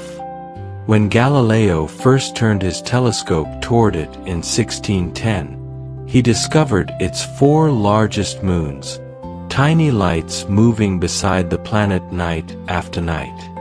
That discovery changed our understanding of the universe. For the first time, we saw proof that not everything revolved around Earth. Jupiter showed us that we were part of something larger, a system of harmony rather than hierarchy. It was the beginning of humility, and with it, awe. From Earth, Jupiter appears tranquil, almost painterly. Its slow rotation creates a flattening at the poles, giving it a gentle oval shape, as if shaped by invisible hands. When sunlight hits its clouds, they glow with faint iridescence, colors blending like oil on water. Telescopes reveal patterns that seem alive, eddies, swirls, streaks that shift over hours but return to balance again and again. Even its storms move with intention, guided by mathematics and magnetism, like a cosmic symphony written in hydrogen. The planet radiates more heat than it receives from the sun. Deep within, leftover energy from its formation continues to flow outward, escaping into space as warmth. This slow exhalation of energy makes Jupiter self-sustaining, a giant that glows softly from within. It reminds us that light can come not only from stars, but from the quiet persistence of what endures. Imagine floating above its clouds in a small vessel, watching lightning flash below in silence. The colors would move like living marble, each band flowing past in endless procession. The sun would appear smaller here, its rays faint against the vast golden atmosphere. Yet the light would still catch the edges of clouds, turning them to gold, then to shadow, then to gold again. You would feel not fear, but awe, the kind that brings calm rather than urgency. Its moons would appear as points of light, gliding along steady arcs. Ganymede, Europa, Callisto, and Io, each one reflecting sunlight across the expanse. Sometimes, their shadows would cross Jupiter's face, dark circles drifting across its clouds like passing thoughts. Even those shadows move rhythmically, following the planet's spin like slow breaths. In mythology, Jupiter, or Zeus, was the ruler of the gods, keeper of thunder and sky. But the planet that bears his name feels nothing like wrath. It is benevolence made visible, immense, radiant, and calm. It doesn't rule by dominance, but by balance, holding everything together without ever needing to change itself. Astronomers have listened to Jupiter's radio emissions, hearing strange, melodic patterns produced by charged particles spiraling through its magnetic field. Converted into sound, these signals hum and whistle softly, like distant wind chimes. It is as if the planet sings quietly to its moons, a lullaby of magnetism and motion. If you close your eyes and imagine that sound now, think of it as a heartbeat, slow, strong, and steady. That is the rhythm Jupiter gives to the solar system. Gravity as pulse, motion as breath, time as calm. Even from hundreds of millions of kilometers away, it influences us. It reminds us that greatness can coexist with peace, that vastness can move gently, that power can protect rather than destroy. It is not a tyrant in the sky, it is the quiet anchor of the cosmic sea. Someday, perhaps, we'll send floating observatories into its upper atmosphere, balloons riding the currents, watching storms from within, feeling the gentle sway of 1,000-kilometer wind. They will drift like thoughts through golden air, carried by tides of hydrogen and helium, recording patterns that change like dreams. And when their signals fade, the planet will keep turning, serene as ever, its clouds closing softly behind them. Jupiter endures not because it resists change, but because it absorbs it, transforming chaos into pattern, energy into grace. That is its nature, and its lesson. Jupiter is the gentle giant, vast, luminous, protective. It teaches that strength and calm are not opposites, they are partners. Its gravity holds chaos in place, its storms express motion without noise, its light reminds us that power can be peaceful. So when you gaze up at the night sky and see that bright star-like glow, remember, it is not a point of fire, but a sphere of balance. A guardian keeping the solar system in harmony. Let its presence steady your thoughts tonight. Let its slow turning remind you that even the largest motions can be serene. We now leave Jupiter's gentle radiance and drift outward, toward a world that defines grace itself, a planet encircled by light, where ice and time weave a halo of stillness. Chapter 10. Saturn, the Rings of Time. Beyond Jupiter's calm expanse lies a planet that glows with quiet majesty, a world so delicate, so perfectly composed, that even its storms seem like whispers. Saturn.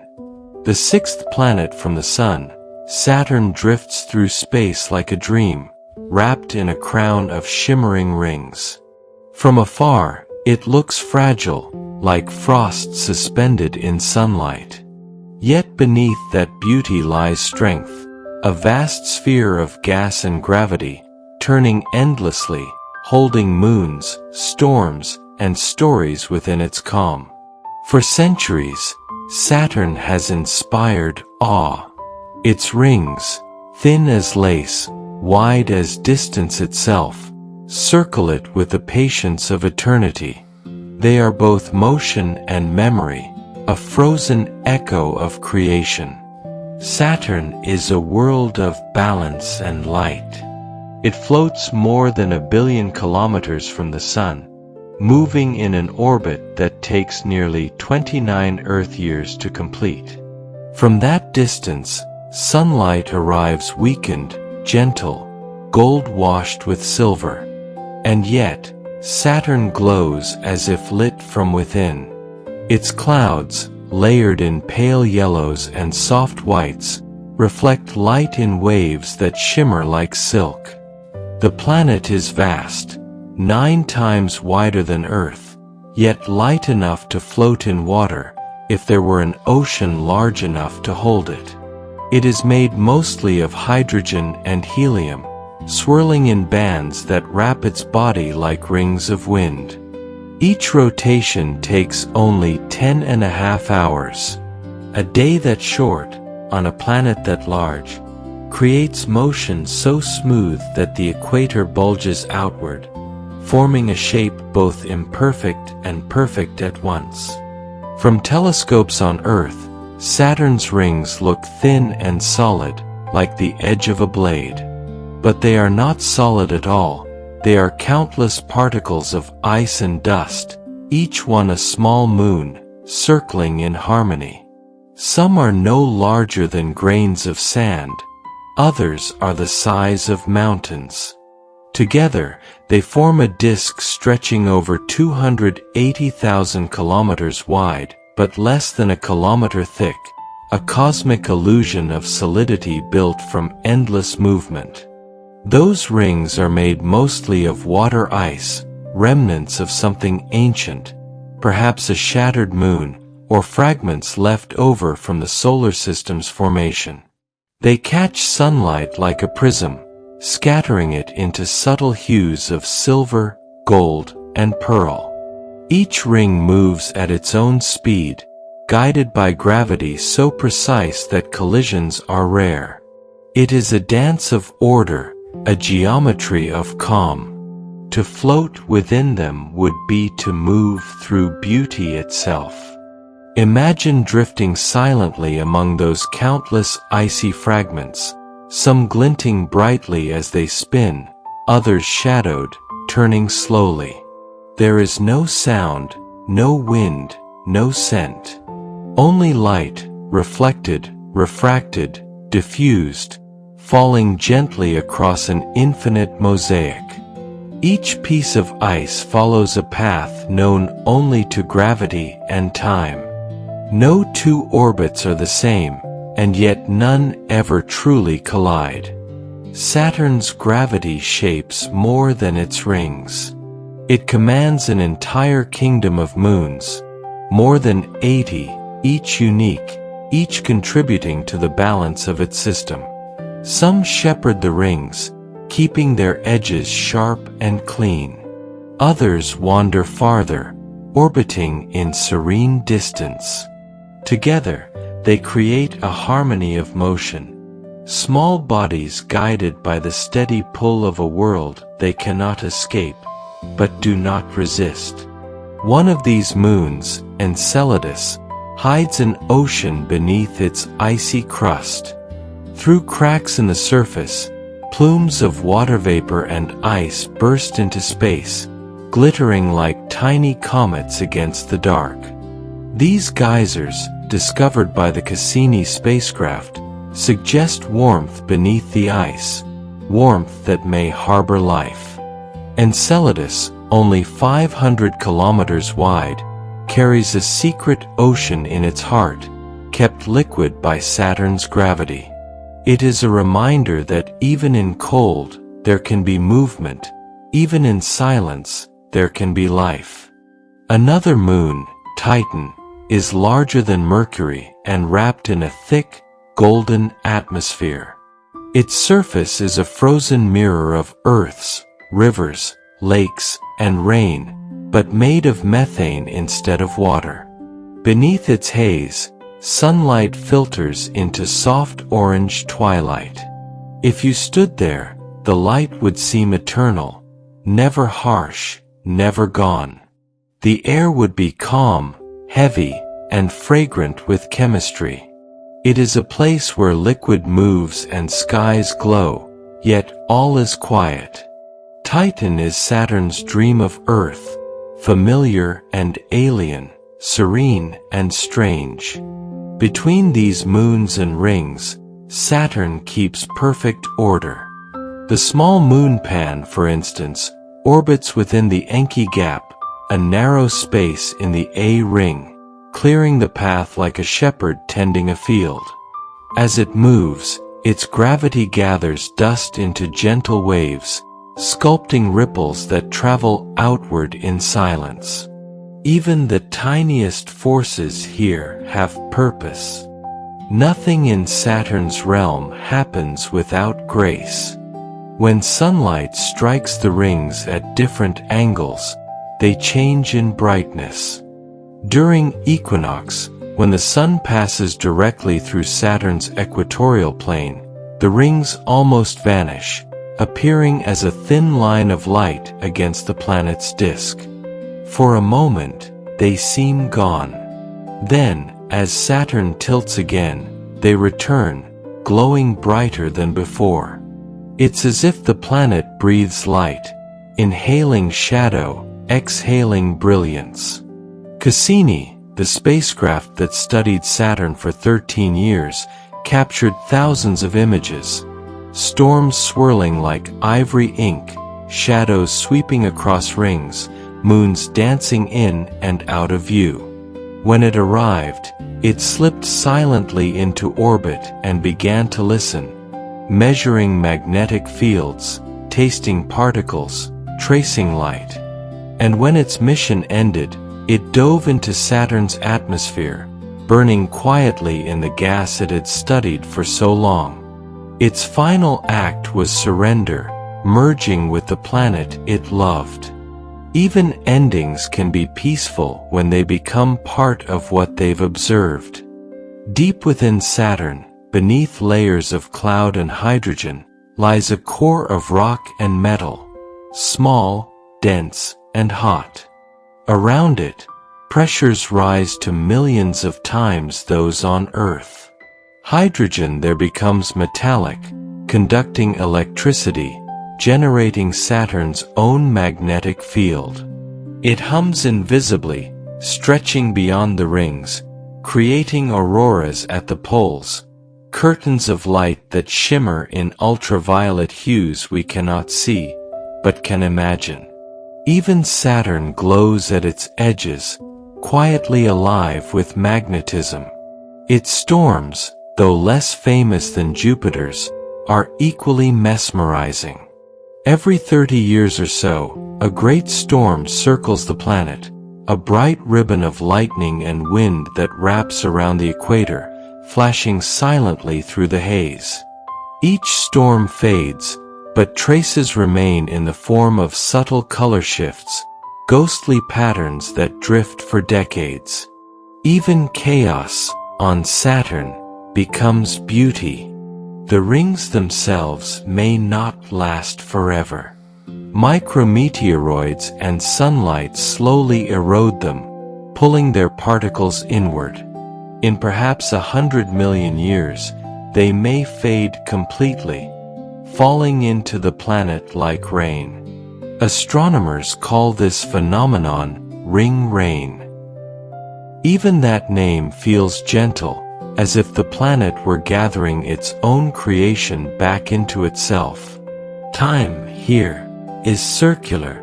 What drifts outward eventually returns. To watch Saturn through a telescope is to see poetry move.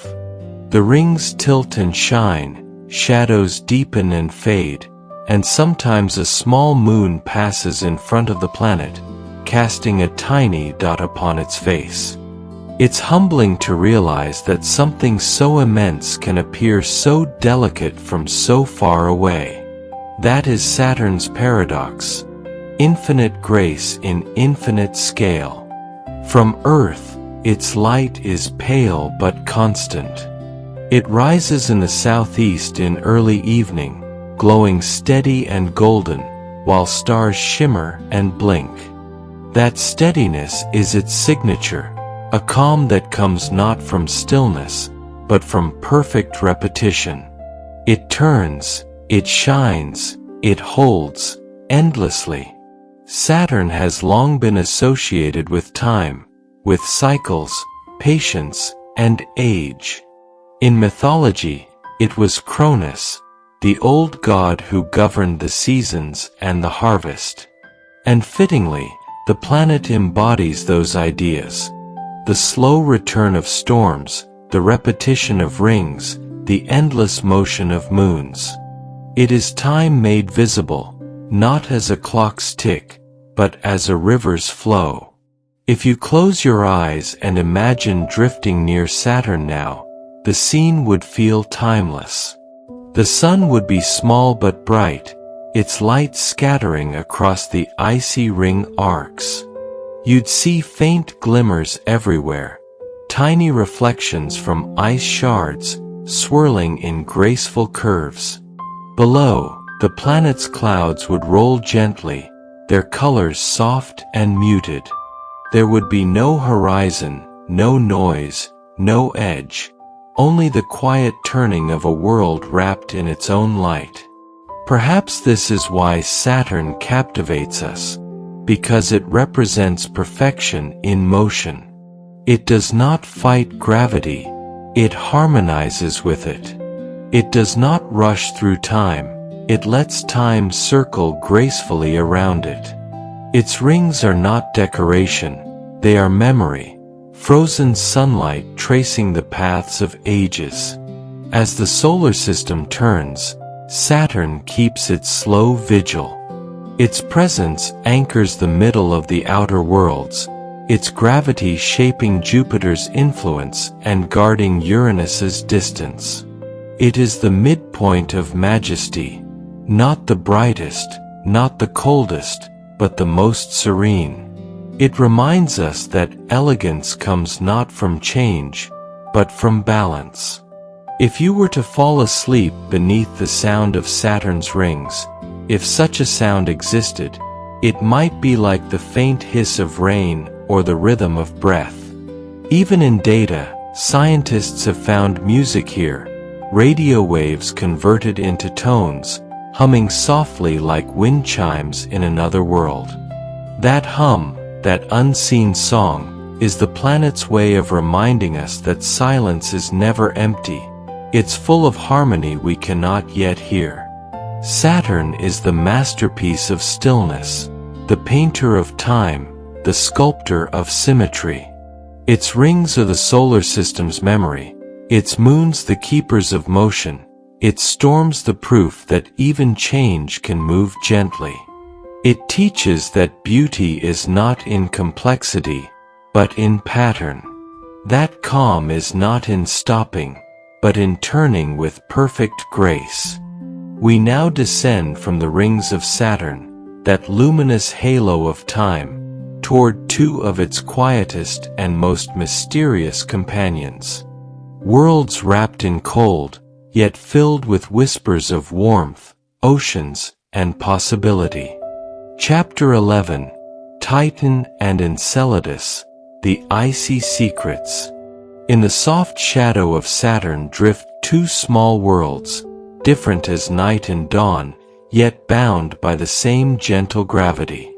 Titan and Enceladus, names that sound like sighs, like stories told in the language of distance.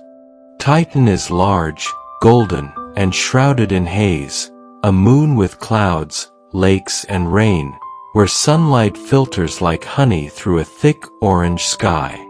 Enceladus is small and bright, covered in ice, its surface cracked and glistening, its heart warm enough to send plumes of water into space. Both belong to Saturn, yet both seem to carry secrets of their own. Secrets about what it means to live quietly, to move beneath the surface, to keep warmth hidden under layers of stillness.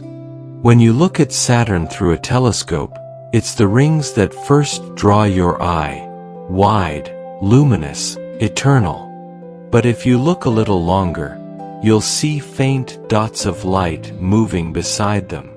Those are Saturn's moons, small and steady, drifting in elegant arcs around their parent planet. Among them, two shine softly, not through brilliance, but through mystery. The first is Titan, a world large enough to hold an atmosphere, thick enough to hide its surface completely. Seen from space, it glows in amber hues, like a lantern wrapped in mist. Sunlight filters through its haze, scattering into gold and bronze. For centuries, no one knew what lay beneath those clouds. Even telescopes could see only its shape, not its face. It was a secret moon, a promise of something unseen. When the Cassini spacecraft arrived at Saturn in 2004, it carried a small lander named Huygens, a quiet traveler built to fall gently through Titan's air. In January 2005, Huygens began its descent. It dropped slowly, drifting through thick clouds, measuring pressure, temperature, and light. For 2.5 hours, it fell through the golden haze. The sunlight dimmed to twilight, the air grew heavy, and then, softly, it touched the ground. The first landing ever made in the outer solar system. The images it sent back were unlike anything we had imagined. Stones, rounded like river pebbles, lay scattered across an orange plain. Channels cut through the landscape, shaped by liquid that had once flowed, not water, but methane. On Titan, it rains methane. It forms rivers and lakes of liquid hydrocarbons, filling valleys and carving deltas. It is the only world, besides Earth, where liquid flows freely across the surface. But everything there happens slowly, drop by drop, hour by hour, under skies of perpetual dusk. If you stood on Titan, the horizon would seem close, curved gently. The sky would glow a soft, endless orange. Sunlight would feel like twilight, faint, filtered, calm. Snow made of methane might fall gently around you, glimmering for a moment before turning back to vapor. You would hear nothing but your own breath, see nothing move but the distant glint of lakes. Even the wind would be slow, thick, almost tender. Titan's temperature rests near -179 degrees Celsius, but in that cold there is still motion, still energy. Its thick atmosphere, denser than Earth's, moves in great, gentle currents, carrying particles across continents of ice. Mountains rise slowly from frozen plains. Dunes stretch for hundreds of kilometers, made not of sand, but of dark organic grains, dust born from chemistry high in the atmosphere. Titan is a world sculpted by patience. Beneath its crust, scientists believe there is another ocean, not of methane, but of water mixed with ammonia, kept liquid by heat from within. In that buried sea, shielded from light, life might exist, not as we know it, but as warmth finding a way to endure. Titan's stillness is deceptive. Beneath its calm surface, chemistry never stops whispering. Its atmosphere tells that same story of subtle persistence. Sunlight breaks methane apart in the upper air, forming complex molecules that drift downward, layer by layer, until they settle like dust. Over eons, those particles may have created the haze that now wraps the planet in gold. Every moment, Titan remakes itself, molecule by molecule, quietly, invisibly. It is both alien and familiar. It has rivers, rain, weather, and wind, yet all of it happens in a different register. Slower, colder, softer. Time on Titan feels stretched, as though each second is a minute long. A single day there lasts 16 Earth days. Its orbit around Saturn takes almost 30 Earth years. Seasons come and go at the pace of generations. Even change here learns to wait. If Titan is the poet of patience, then Enceladus is the keeper of secrets. Far smaller, only 500 kilometers wide, it shines brighter than snow. Its surface reflects nearly all the sunlight that touches it, making it one of the most reflective objects in the solar system. From afar, it looks simple, a frozen moon, smooth and pale. But up close, it reveals a wonder unlike any other. At its south pole, cracks cross the surface, long, dark fissures called tiger stripes. From these fractures, plumes of water vapor and ice erupt into space, streaming hundreds of kilometers high. They are geysers, driven by heat from beneath the crust. Inside Enceladus lies an ocean, vast and salty, warmed by tidal forces from Saturn's pull. As the moon orbits, gravity flexes its interior, generating friction and heat. That warmth keeps water liquid, even beneath ice as thick as mountains. Cassini flew through those plumes, sampling their spray. It found salt, organic molecules, and hints of hydrothermal activity, the same kind of chemistry that feeds deep-sea life on Earth. For a moment, humanity brushed against the breath of another ocean, hidden in the dark of another world. It was not loud discovery, but quiet revelation. Enceladus, like Titan, carries warmth in silence. It releases it not through light, but through movement, slow, rhythmic, graceful. Each eruption releases part of its ocean into space, and some of that ice drifts outward to feed Saturn's faint E-ring. That ring, delicate and translucent, is a circle of Enceladus's breath, frozen mist turned to light.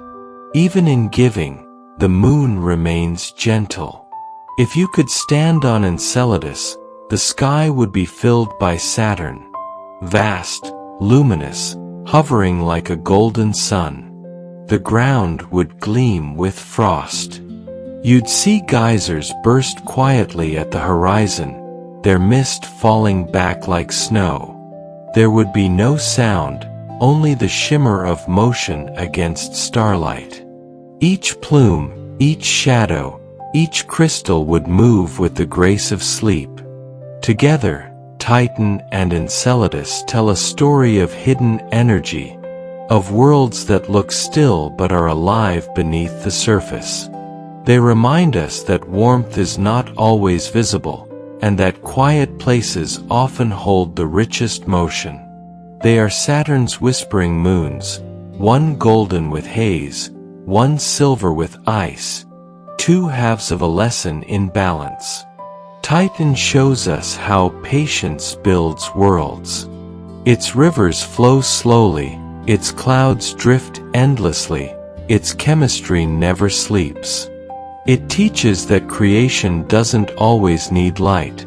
Sometimes it happens in shadow, softly, over ages. Enceladus shows us how life can persist in secrecy. Its ocean stays warm beneath kilometers of ice, hidden but not lost, active but unseen. It teaches that even the smallest body can hold vastness within, that calmness and vitality are not opposites. When Cassini ended its mission, it passed between Saturn and its rings one final time, diving into the planet's atmosphere. As it fell, it continued to send back data, readings from Titan's haze, Enceladus's plumes, Saturn's fields. It carried everything it had learned about these worlds and released it, bit by bit, until its signal faded. Then, silence again. But that silence was full of understanding, full of calm. In that way, Cassini became part of what it studied, joining Saturn's system in eternal orbit, its fragments mingling with the particles of the very rings it once photographed. A fitting end for a mission that had spent so long listening to the quiet. Now, Titan continues to turn, its golden clouds drifting through soft light. Enceladus keeps breathing through its geysers, sending whispers into space. Saturn holds them both in its gravity, not as captives, but as companions. Each one turning, each one shining, each one reminding us that life, or the potential for it, thrives where patience meets warmth. The outer solar system, once thought empty and cold, is alive with subtle motion. Not the motion of rushing rivers or roaring winds, but of oceans beneath ice, of gases shifting in slow cycles, of worlds holding light within. It is a different kind of life, not life of noise, but life of continuity. Perhaps that is what calm truly is. Not the absence of energy, but its perfect containment. Not stillness without motion, but motion without haste. Titan and Enceladus embody that truth. They move, they breathe, they give, all without sound, all without speed. In their silence, the universe feels whole. Titan and Enceladus are the quiet heartbeats of Saturn's realm. One veiled in haze, one gleaming in frost, both alive in ways we're only beginning to understand. They remind us that warmth hides in cold, that motion hides in stillness, that life hides in patience. So if you close your eyes tonight, imagine those two moons turning together, one golden, one silver, moving slowly through Saturn's light. Between them, an invisible current flows, calm, enduring, eternal. We now drift outward again, beyond the golden glow of Saturn and the icy breath of its moons. Ahead of us lies a world of pale blue calm, tilted, quiet, and endlessly graceful in its solitude. Chapter 12. Uranus, the Tilted World. Far beyond Saturn, where sunlight softens into frost, there turns a planet of tranquil blue. Uranus, a world of elegance, mystery, and serene defiance. It is unlike any other. Where the other planets spin upright, Uranus turns on its side, a tilted sphere rolling through space as if caught in a cosmic dream. Its seasons last decades, its light falls at strange angles, and its air glows with the color of sleep. Calm, pale, infinite. To look at Uranus is to look at silence itself, soft, distant, balanced between night and dawn. It does not blaze, it does not storm loudly. It simply turns, quietly and endlessly, wrapped in calm blue haze. Uranus is the seventh planet from the Sun, a distant sphere of hydrogen, helium, and methane, wrapped in wind and shadow. It is twice as far from the Sun as Saturn, more than 2.8 billion kilometers away. From that distance, sunlight is faint, 400 times weaker than what reaches Earth. And yet, Uranus glows softly, as if lit from within by serenity itself. Its color, a delicate aquamarine, comes from methane gas in its upper atmosphere. Methane absorbs red light and reflects blue, giving the planet its tranquil hue. But the beauty of Uranus is not just in its color, it's in its posture. Its axis is tilted more than 98 degrees, nearly horizontal.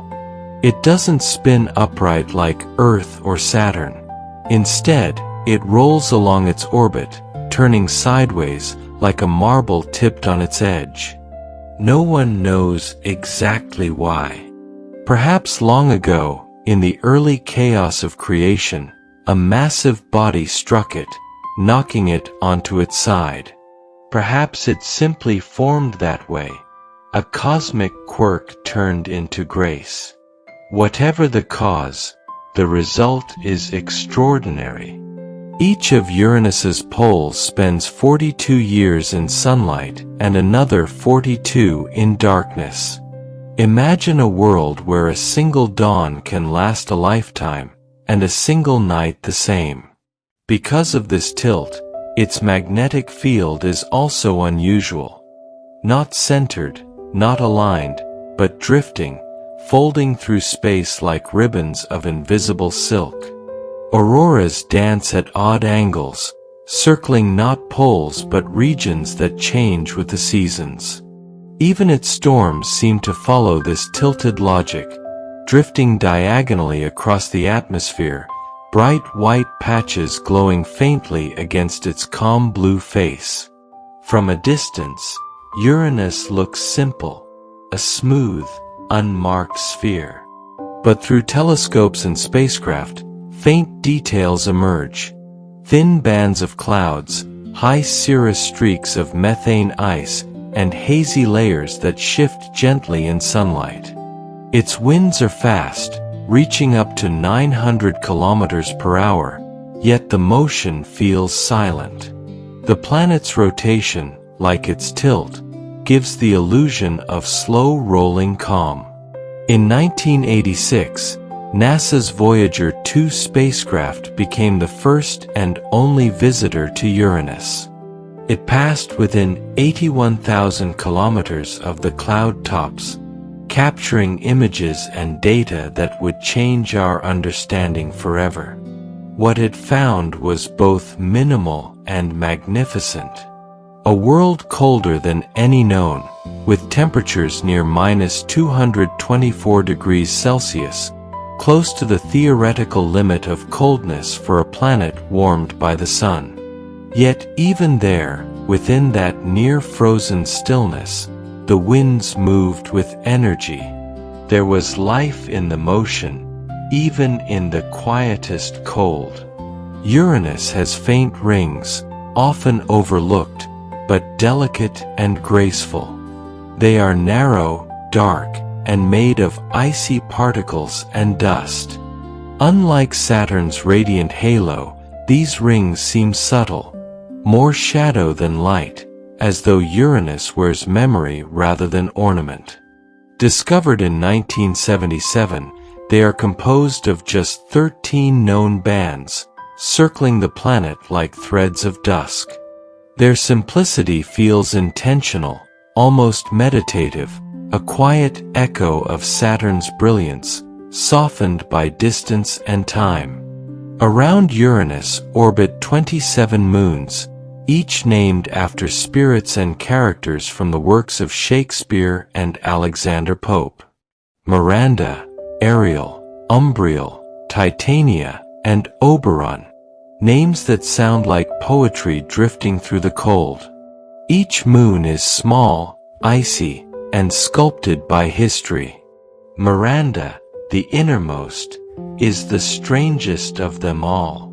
Its surface looks shattered and reassembled, as if the moon had been broken apart and put back together imperfectly.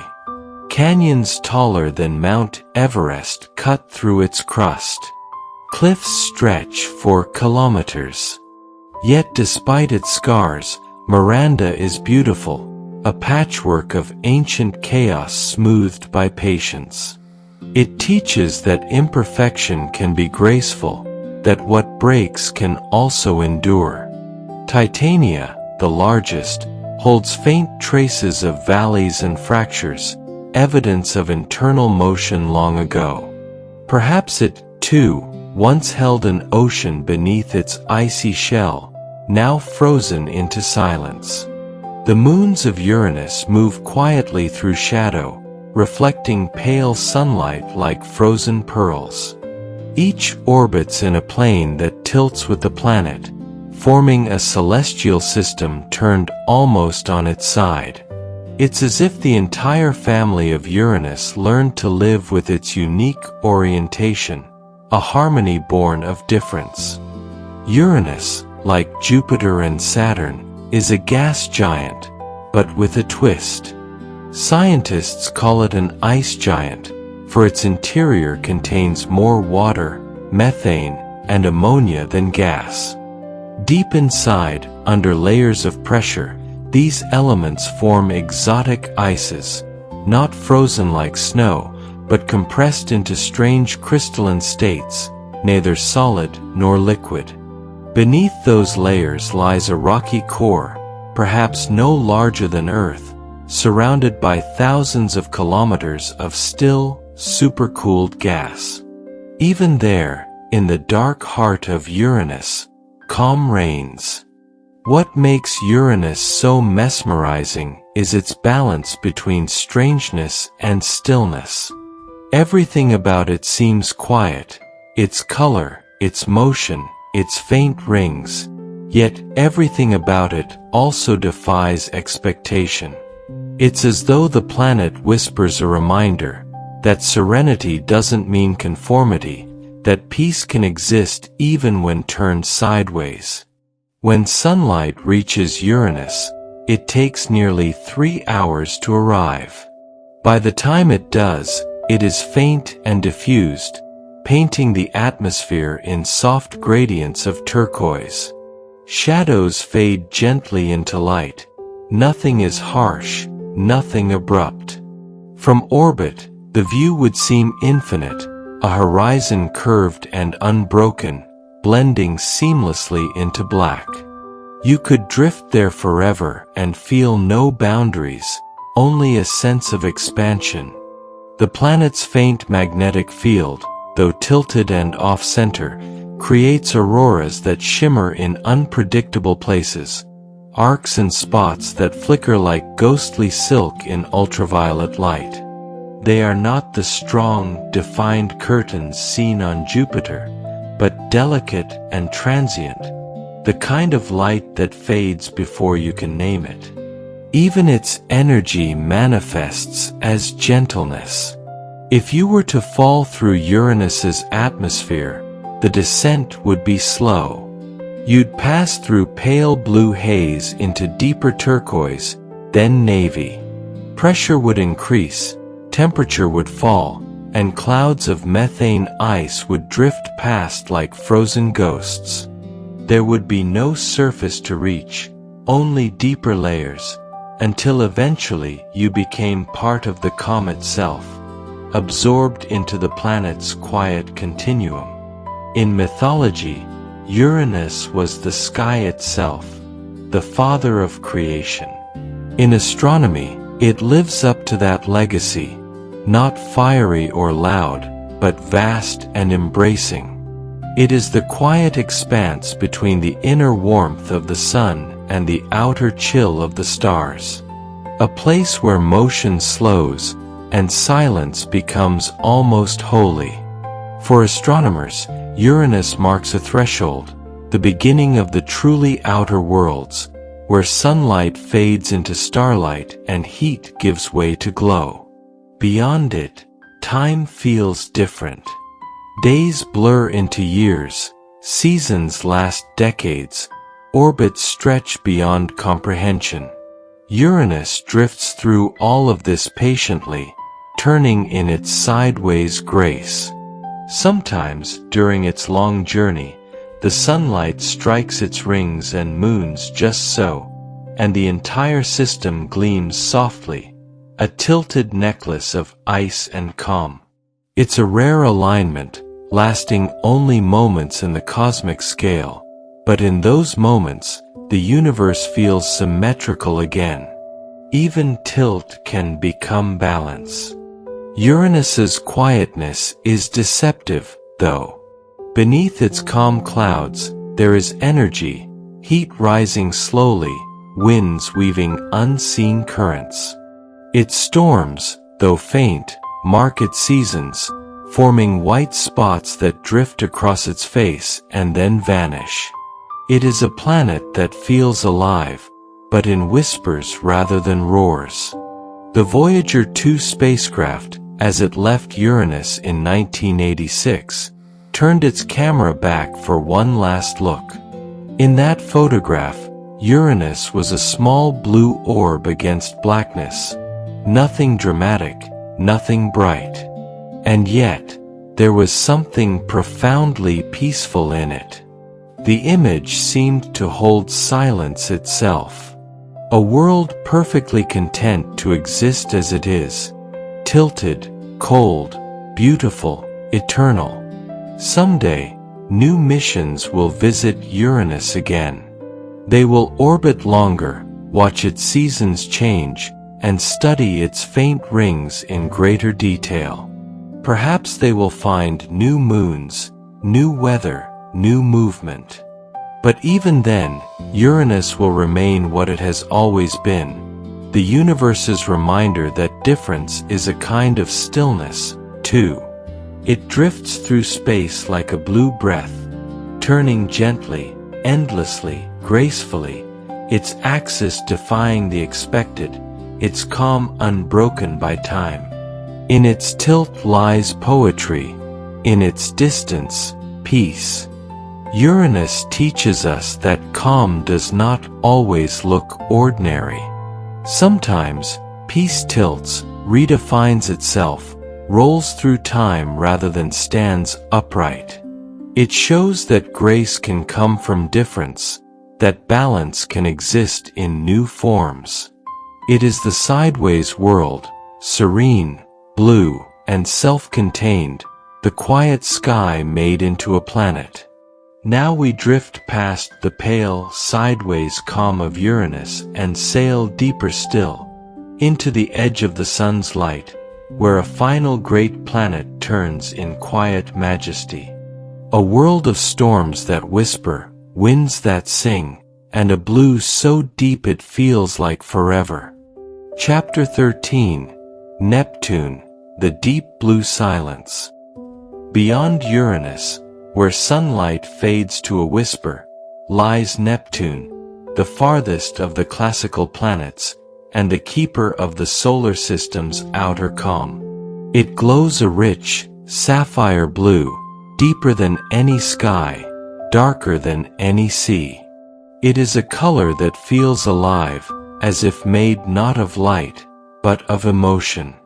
Neptune is a world of distance, 4.5 billion kilometers from the sun. Yet even there, movement continues. Winds flow faster than anywhere else in the solar system, circling the planet at over 1,600 kilometers per hour. But in that motion, there is stillness, too, the kind that comes when energy moves in perfect rhythm.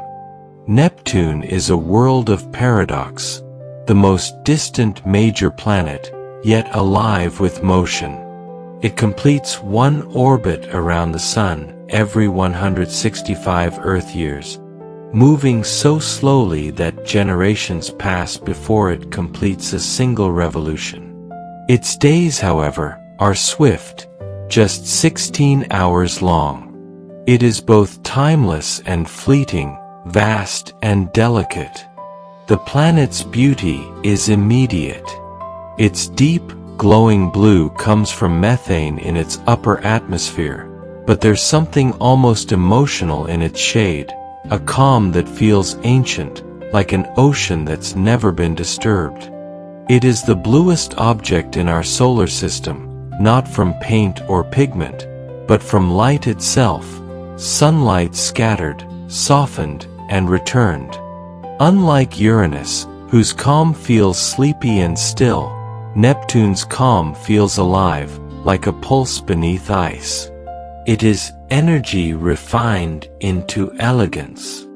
Though Neptune receives barely 1/900th of the sunlight that Earth does, it shines brighter than expected. That glow comes from within, heat still escaping from its formation, warmth preserved for billions of years. It releases more energy than it receives, as if it carries a private sun deep inside. Even at the edge of the solar system, Neptune glows with self-sustained grace. Its atmosphere is layered and dynamic. Hydrogen, helium, and methane swirling in endless currents. From a distance, it looks serene, but up close, it is full of motion. Wisps of white clouds drift high above, forming patterns that shift with the wind. These clouds are made of methane ice crystals, glinting faintly against the darker blue below. Through them drift great storms, ovals of shadow that move across the planet's surface like slow, ghostly eyes. The most famous of these is the Great Dark Spot, discovered by Voyager 2 in 1989. It was a storm larger than Earth, spinning in the southern hemisphere, surrounded by white streaks of cirrus-like clouds. When scientists looked again years later, it was gone, replaced by another, smaller storm in the north. Even Neptune's tempests obey a quiet rhythm of appearing and dissolving, forming and fading like thoughts. Voyager 2 remains the only spacecraft ever to visit Neptune. Its encounter lasted just a few hours, yet what it revealed transformed our understanding of the outer solar system. It found not an empty sphere of gas, but a world alive with weather, structure, and warmth. It detected lightning flashes deep within clouds, auroras shimmering at the poles, and magnetic fields tilted strangely, like Uranus's, off-center, unpredictable, and beautiful. Beneath its atmosphere, Neptune hides layers of water, ammonia, and methane ices, compressed into exotic forms by pressure. Scientists believe that far below, in its mantle, diamonds may form, carbon crushed so completely by gravity that it crystallizes and rains downward in glittering sheets. Imagine that, a rain of diamonds falling silently through blue haze. It is not fantasy, but physics, beauty made real by pressure and patience. Neptune's winds are the fastest known, yet they move in silence. There is no sound here, no air dense enough to carry noise. Even the mightiest storm would pass unheard. If you could float above the planet, you would see the motion but feel only peace, swirling blues and silvers moving like the breath of time. At its edge, Neptune holds a faint ring system, 6 delicate bands of dust and ice, incomplete and irregular. They are subtle, almost invisible, like pencil strokes around a watercolor sphere. Within those rings drift tiny moons, their gravity shaping arcs and gaps in the dust. Some rings are incomplete, forming crescents that shimmer for moments before vanishing into shadow. Even the imperfections here are part of the design. Neptune has 14 known moons, each quiet in its own orbit. The largest, Triton, is unlike any other, a captured wanderer, moving backward around the planet, against Neptune's rotation. It is a world colder than any other known. Surface temperatures near -235 degrees Celsius, yet it is not lifeless.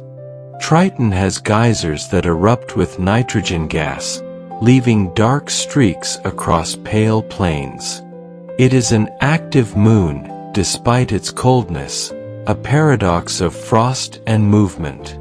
Triton's orbit is shrinking slowly, drawn closer to Neptune with each passing millennium. Someday, perhaps billions of years from now, it will drift too near and be torn apart by gravity. When that happens, It may form a ring system brighter than Saturn's, a final transformation of a moon into memory. Even destruction here happens softly, over eons, and becomes beauty again. If you were to stand on Triton's icy surface and look up, Neptune would fill a quarter of the sky, a vast, glowing disk of blue, faintly banded, slowly turning. You'd see thin clouds drift across its face, lightning flash faintly deep within, and the thin arc of rings glimmer against darkness. It would feel both near and infinite, a world you could almost touch yet never reach. The air would be thin, the wind soft, the silence complete. Even in such distance, the view would bring peace. Neptune's magnetic field, like Uranus's, is off-center and tilted, creating auroras that move irregularly across its poles.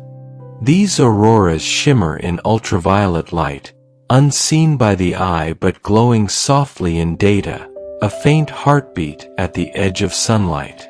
Even the planet's magnetism moves gently, never still, never harsh. Its year, 165 Earth years, means that since its discovery in 1846, Neptune has only just completed one orbit around the Sun. When humans first saw it, telescopes were new, and the world had not yet dreamed of flight.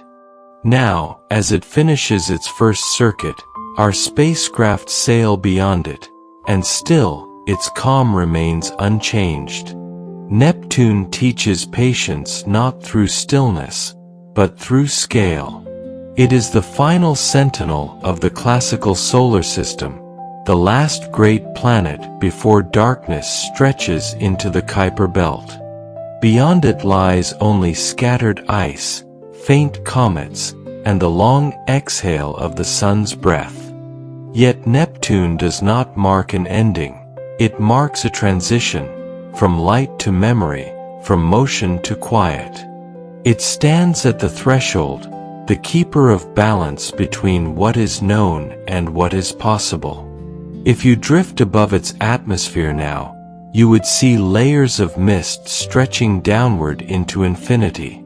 There is no surface, no line between air and sea, only gradual change, light fading to blue, blue fading to indigo, indigo fading to black. The deeper you go, the more pressure builds, until gas becomes liquid, and the idea of boundary disappears. It is a place where form and formlessness coexist, where calm takes the shape of everything and nothing. Neptune radiates warmth despite its distance. That warmth is ancient, leftover energy from its birth, still escaping, slowly, steadily, without haste. It's a reminder that even when far from the source of light, one can carry their own glow. The planet's sound, if you could hear it, would be a deep hum, a vibration of magnetic waves and wind currents, resonating through invisible frequencies. Converted to human hearing, NASA scientists describe it as a low, haunting tone, steady, peaceful, like the echo of ocean waves heard from deep beneath the surface. It's as if the planet itself is singing a lullaby to the void. When Voyager 2 left Neptune behind, it turned its camera back one last time. The image it captured showed the faint crescent of the planet against the black, a delicate arc of blue light fading into shadow. That photograph became a symbol of distance, the last look at a world before entering the darkness beyond. But it also symbolized continuity, the endless turning, the persistence of light, even when dimmed by time. Today, Neptune continues to turn quietly. Its storms still form and fade, its winds still circle in unseen patterns. Triton still moves in reverse, tracing its slow spiral toward the future. The sunlight that reaches it left the sun more than 4 hours ago, and still it shines. Even here, at the edge of everything, warmth endures. And so, Neptune remains, a sphere of blue serenity, a dream made of gas and gravity. It reminds us that peace can exist even in distance, that stillness can thrive even in motion, and that endings are only transitions to softer forms. It is the universe's final exhale, the quiet before the infinite.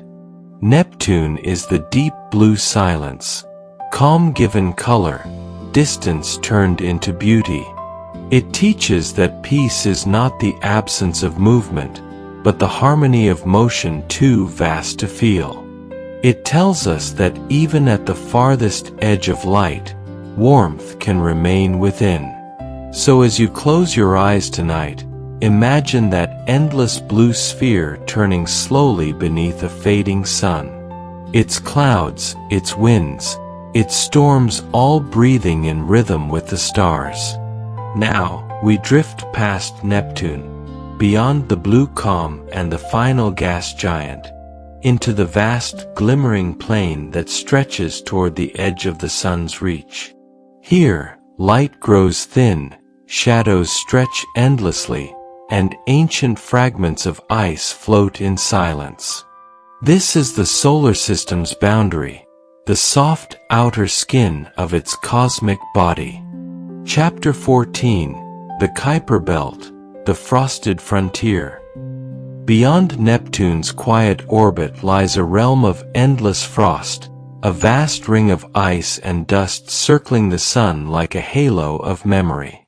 This is the Kuiper Belt, a region where time seems to stop, where light takes hours to arrive, and where the solar system keeps its oldest secrets wrapped in cold. Here drift the frozen relics of creation, comets, dwarf planets, and silent fragments of what once might have become new worlds. They move in slow, patient arcs, untouched by heat, unchanged by age. It is a frontier not of chaos, but of peace, a whispering boundary between what is near and what is infinite. The Kuiper Belt begins where Neptune's gravity fades, about 4.5 billion kilometers from the Sun. It stretches outward for nearly 2 billion kilometers more, forming a soft ring of frozen worlds. If the solar system were a great ocean, this would be its coldest, calmest tide. Here, sunlight takes more than 6 hours to reach, and when it does, it's faint, not the warmth of day, but the glimmer of distant memory. The sun appears as a bright star, still radiant but small, casting pale gold across fields of ice. And floating in that light are countless worlds, some no larger than mountains, others nearly as big as the moon, each turning slowly in the dark. Unlike the asteroid belt, whose stones are mostly rock and metal, the Kuiper Belt is made of ice, frozen methane, nitrogen, ammonia, and water. These are the same materials that once helped build the planets, now preserved in their earliest form. Each object here is a fossil of the solar system's beginning, untouched, unchanged, perfect in stillness. Among them are worlds that have names: Pluto, Eris, Haumea, Makemake, Quawar, each a tiny kingdom of frost. They are called dwarf planets, smaller than Mercury but rich in detail, each with its own story, its own calm. Pluto, the most famous, was once considered the 9th planet. Discovered in 1930, it became a symbol of the unknown, the farthest world, the edge of everything. But as astronomers looked closer, they found that Pluto was not alone. The Kuiper Belt was filled with similar bodies, drifting in the same cold current. And so Pluto became the first among equals, the brightest voice in a choir of frozen travelers. When the New Horizons spacecraft reached Pluto in 2015, it revealed a world far more complex than anyone expected. Mountains of ice rose 3 kilometers high. Plains stretched smooth as glass. And across the surface lay a great heart-shaped plain of frozen nitrogen, Tombaugh Regio, glowing softly in sunlight. It was as if the planet itself carried a symbol of emotion across its face. Beneath its crust, scientists believe there may be a hidden ocean, kept liquid by heat trapped within. Even at the edge of the sun's warmth, Pluto may still hold motion, perhaps even life, deep below. It turns every 6.4 Earth days, and its orbit, long and elliptical, carries it closer and farther from the sun in a rhythm that feels like breathing. Pluto's largest moon, Charon, is almost half its size. The two worlds orbit each other like partners in a slow waltz, forever bound by gravity. Their dance is so balanced that both always show the same face to the other, eternal companions in mutual stillness. If you stood on Pluto's surface, Charon would never rise or set. It would simply hang in the sky, unmoving, like a second world watching gently from above. This quiet partnership is not unique. Across the Kuiper Belt, many objects travel in pairs, binaries linked by gravity so soft, it feels like affection. Each system moves in perfect harmony, completing orbits that may take centuries, never rushing, never breaking. Time here is not counted in years, but in patience. The Kuiper Belt is also home to Eris, slightly smaller than Pluto but more massive. Eris shines brightly, covered in methane frost that reflects most of the sunlight it receives. It takes 557 Earth years to orbit the Sun. By the time it completes one revolution, civilizations may have risen and fallen on Earth. And yet, out here, nothing changes. The same light that warmed the dinosaurs now glints softly off Eris's frozen plains. Haumea, another dwarf planet, is shaped like an oval, stretched by its rapid rotation. It spins once every 4 hours, making it the fastest spinning large object in the solar system. Its surface sparkles with crystalline ice, constantly renewed by distant cosmic rays. It is both fragile and enduring, a diamond turning through darkness. Farther still drifts Makemake, a ruddy world with patches of frozen methane and nitrogen. It has no atmosphere to speak of, only thin vapor that rises and falls as sunlight shifts. It turns slowly, quietly, as though conserving energy for eternity. And beyond them all lies Quawar, a world even fainter, wrapped in its own thin ring of dust, perhaps the smallest planet to have one. Each of these worlds is a variation on a theme, different notes in a frozen symphony of time. Between these larger bodies float billions of smaller ones, icy fragments, comets to be. Some remain forever in orbit, others are nudged inward by gravity, beginning long journeys toward the sun. When they finally reach the inner solar system, their frozen surfaces vaporize, forming tails of light that streak across our skies. Every comet you've ever seen, every brief flare of motion against the night, began here, in the Kuiper Belt. Each one is a message from the outer dark, carrying the memory of beginnings. If you could float there among them, you'd see a landscape of light and shadow. The sun would be a golden point in a black sea. The stars would be sharper, more numerous, their light unfiltered by atmosphere. And all around you, countless icy worlds would turn slowly, some bright, some dark, some so faint you'd only feel their presence in gravity. You would hear nothing, only the quiet pulse of your own breath, matched to the endless turning of these ancient bodies. The temperature here averages -230 degrees Celsius. Molecules move sluggishly, ice behaves more like stone. Time itself seems to thicken, stretching across centuries like frozen air. A single orbit may take 1,000 human lives to complete. Yet in that slowness, there is peace. No haste, no noise, no erosion, only continuity. The Kuiper Belt is not chaotic. Though it contains billions of objects, they are separated by vast distances, millions of kilometers apart. Collisions are rare. Harmony is the rule. Each fragment, no matter how small, follows its path precisely, pulled gently by the sun's distant gravity. Even at the solar system's edge, order persists.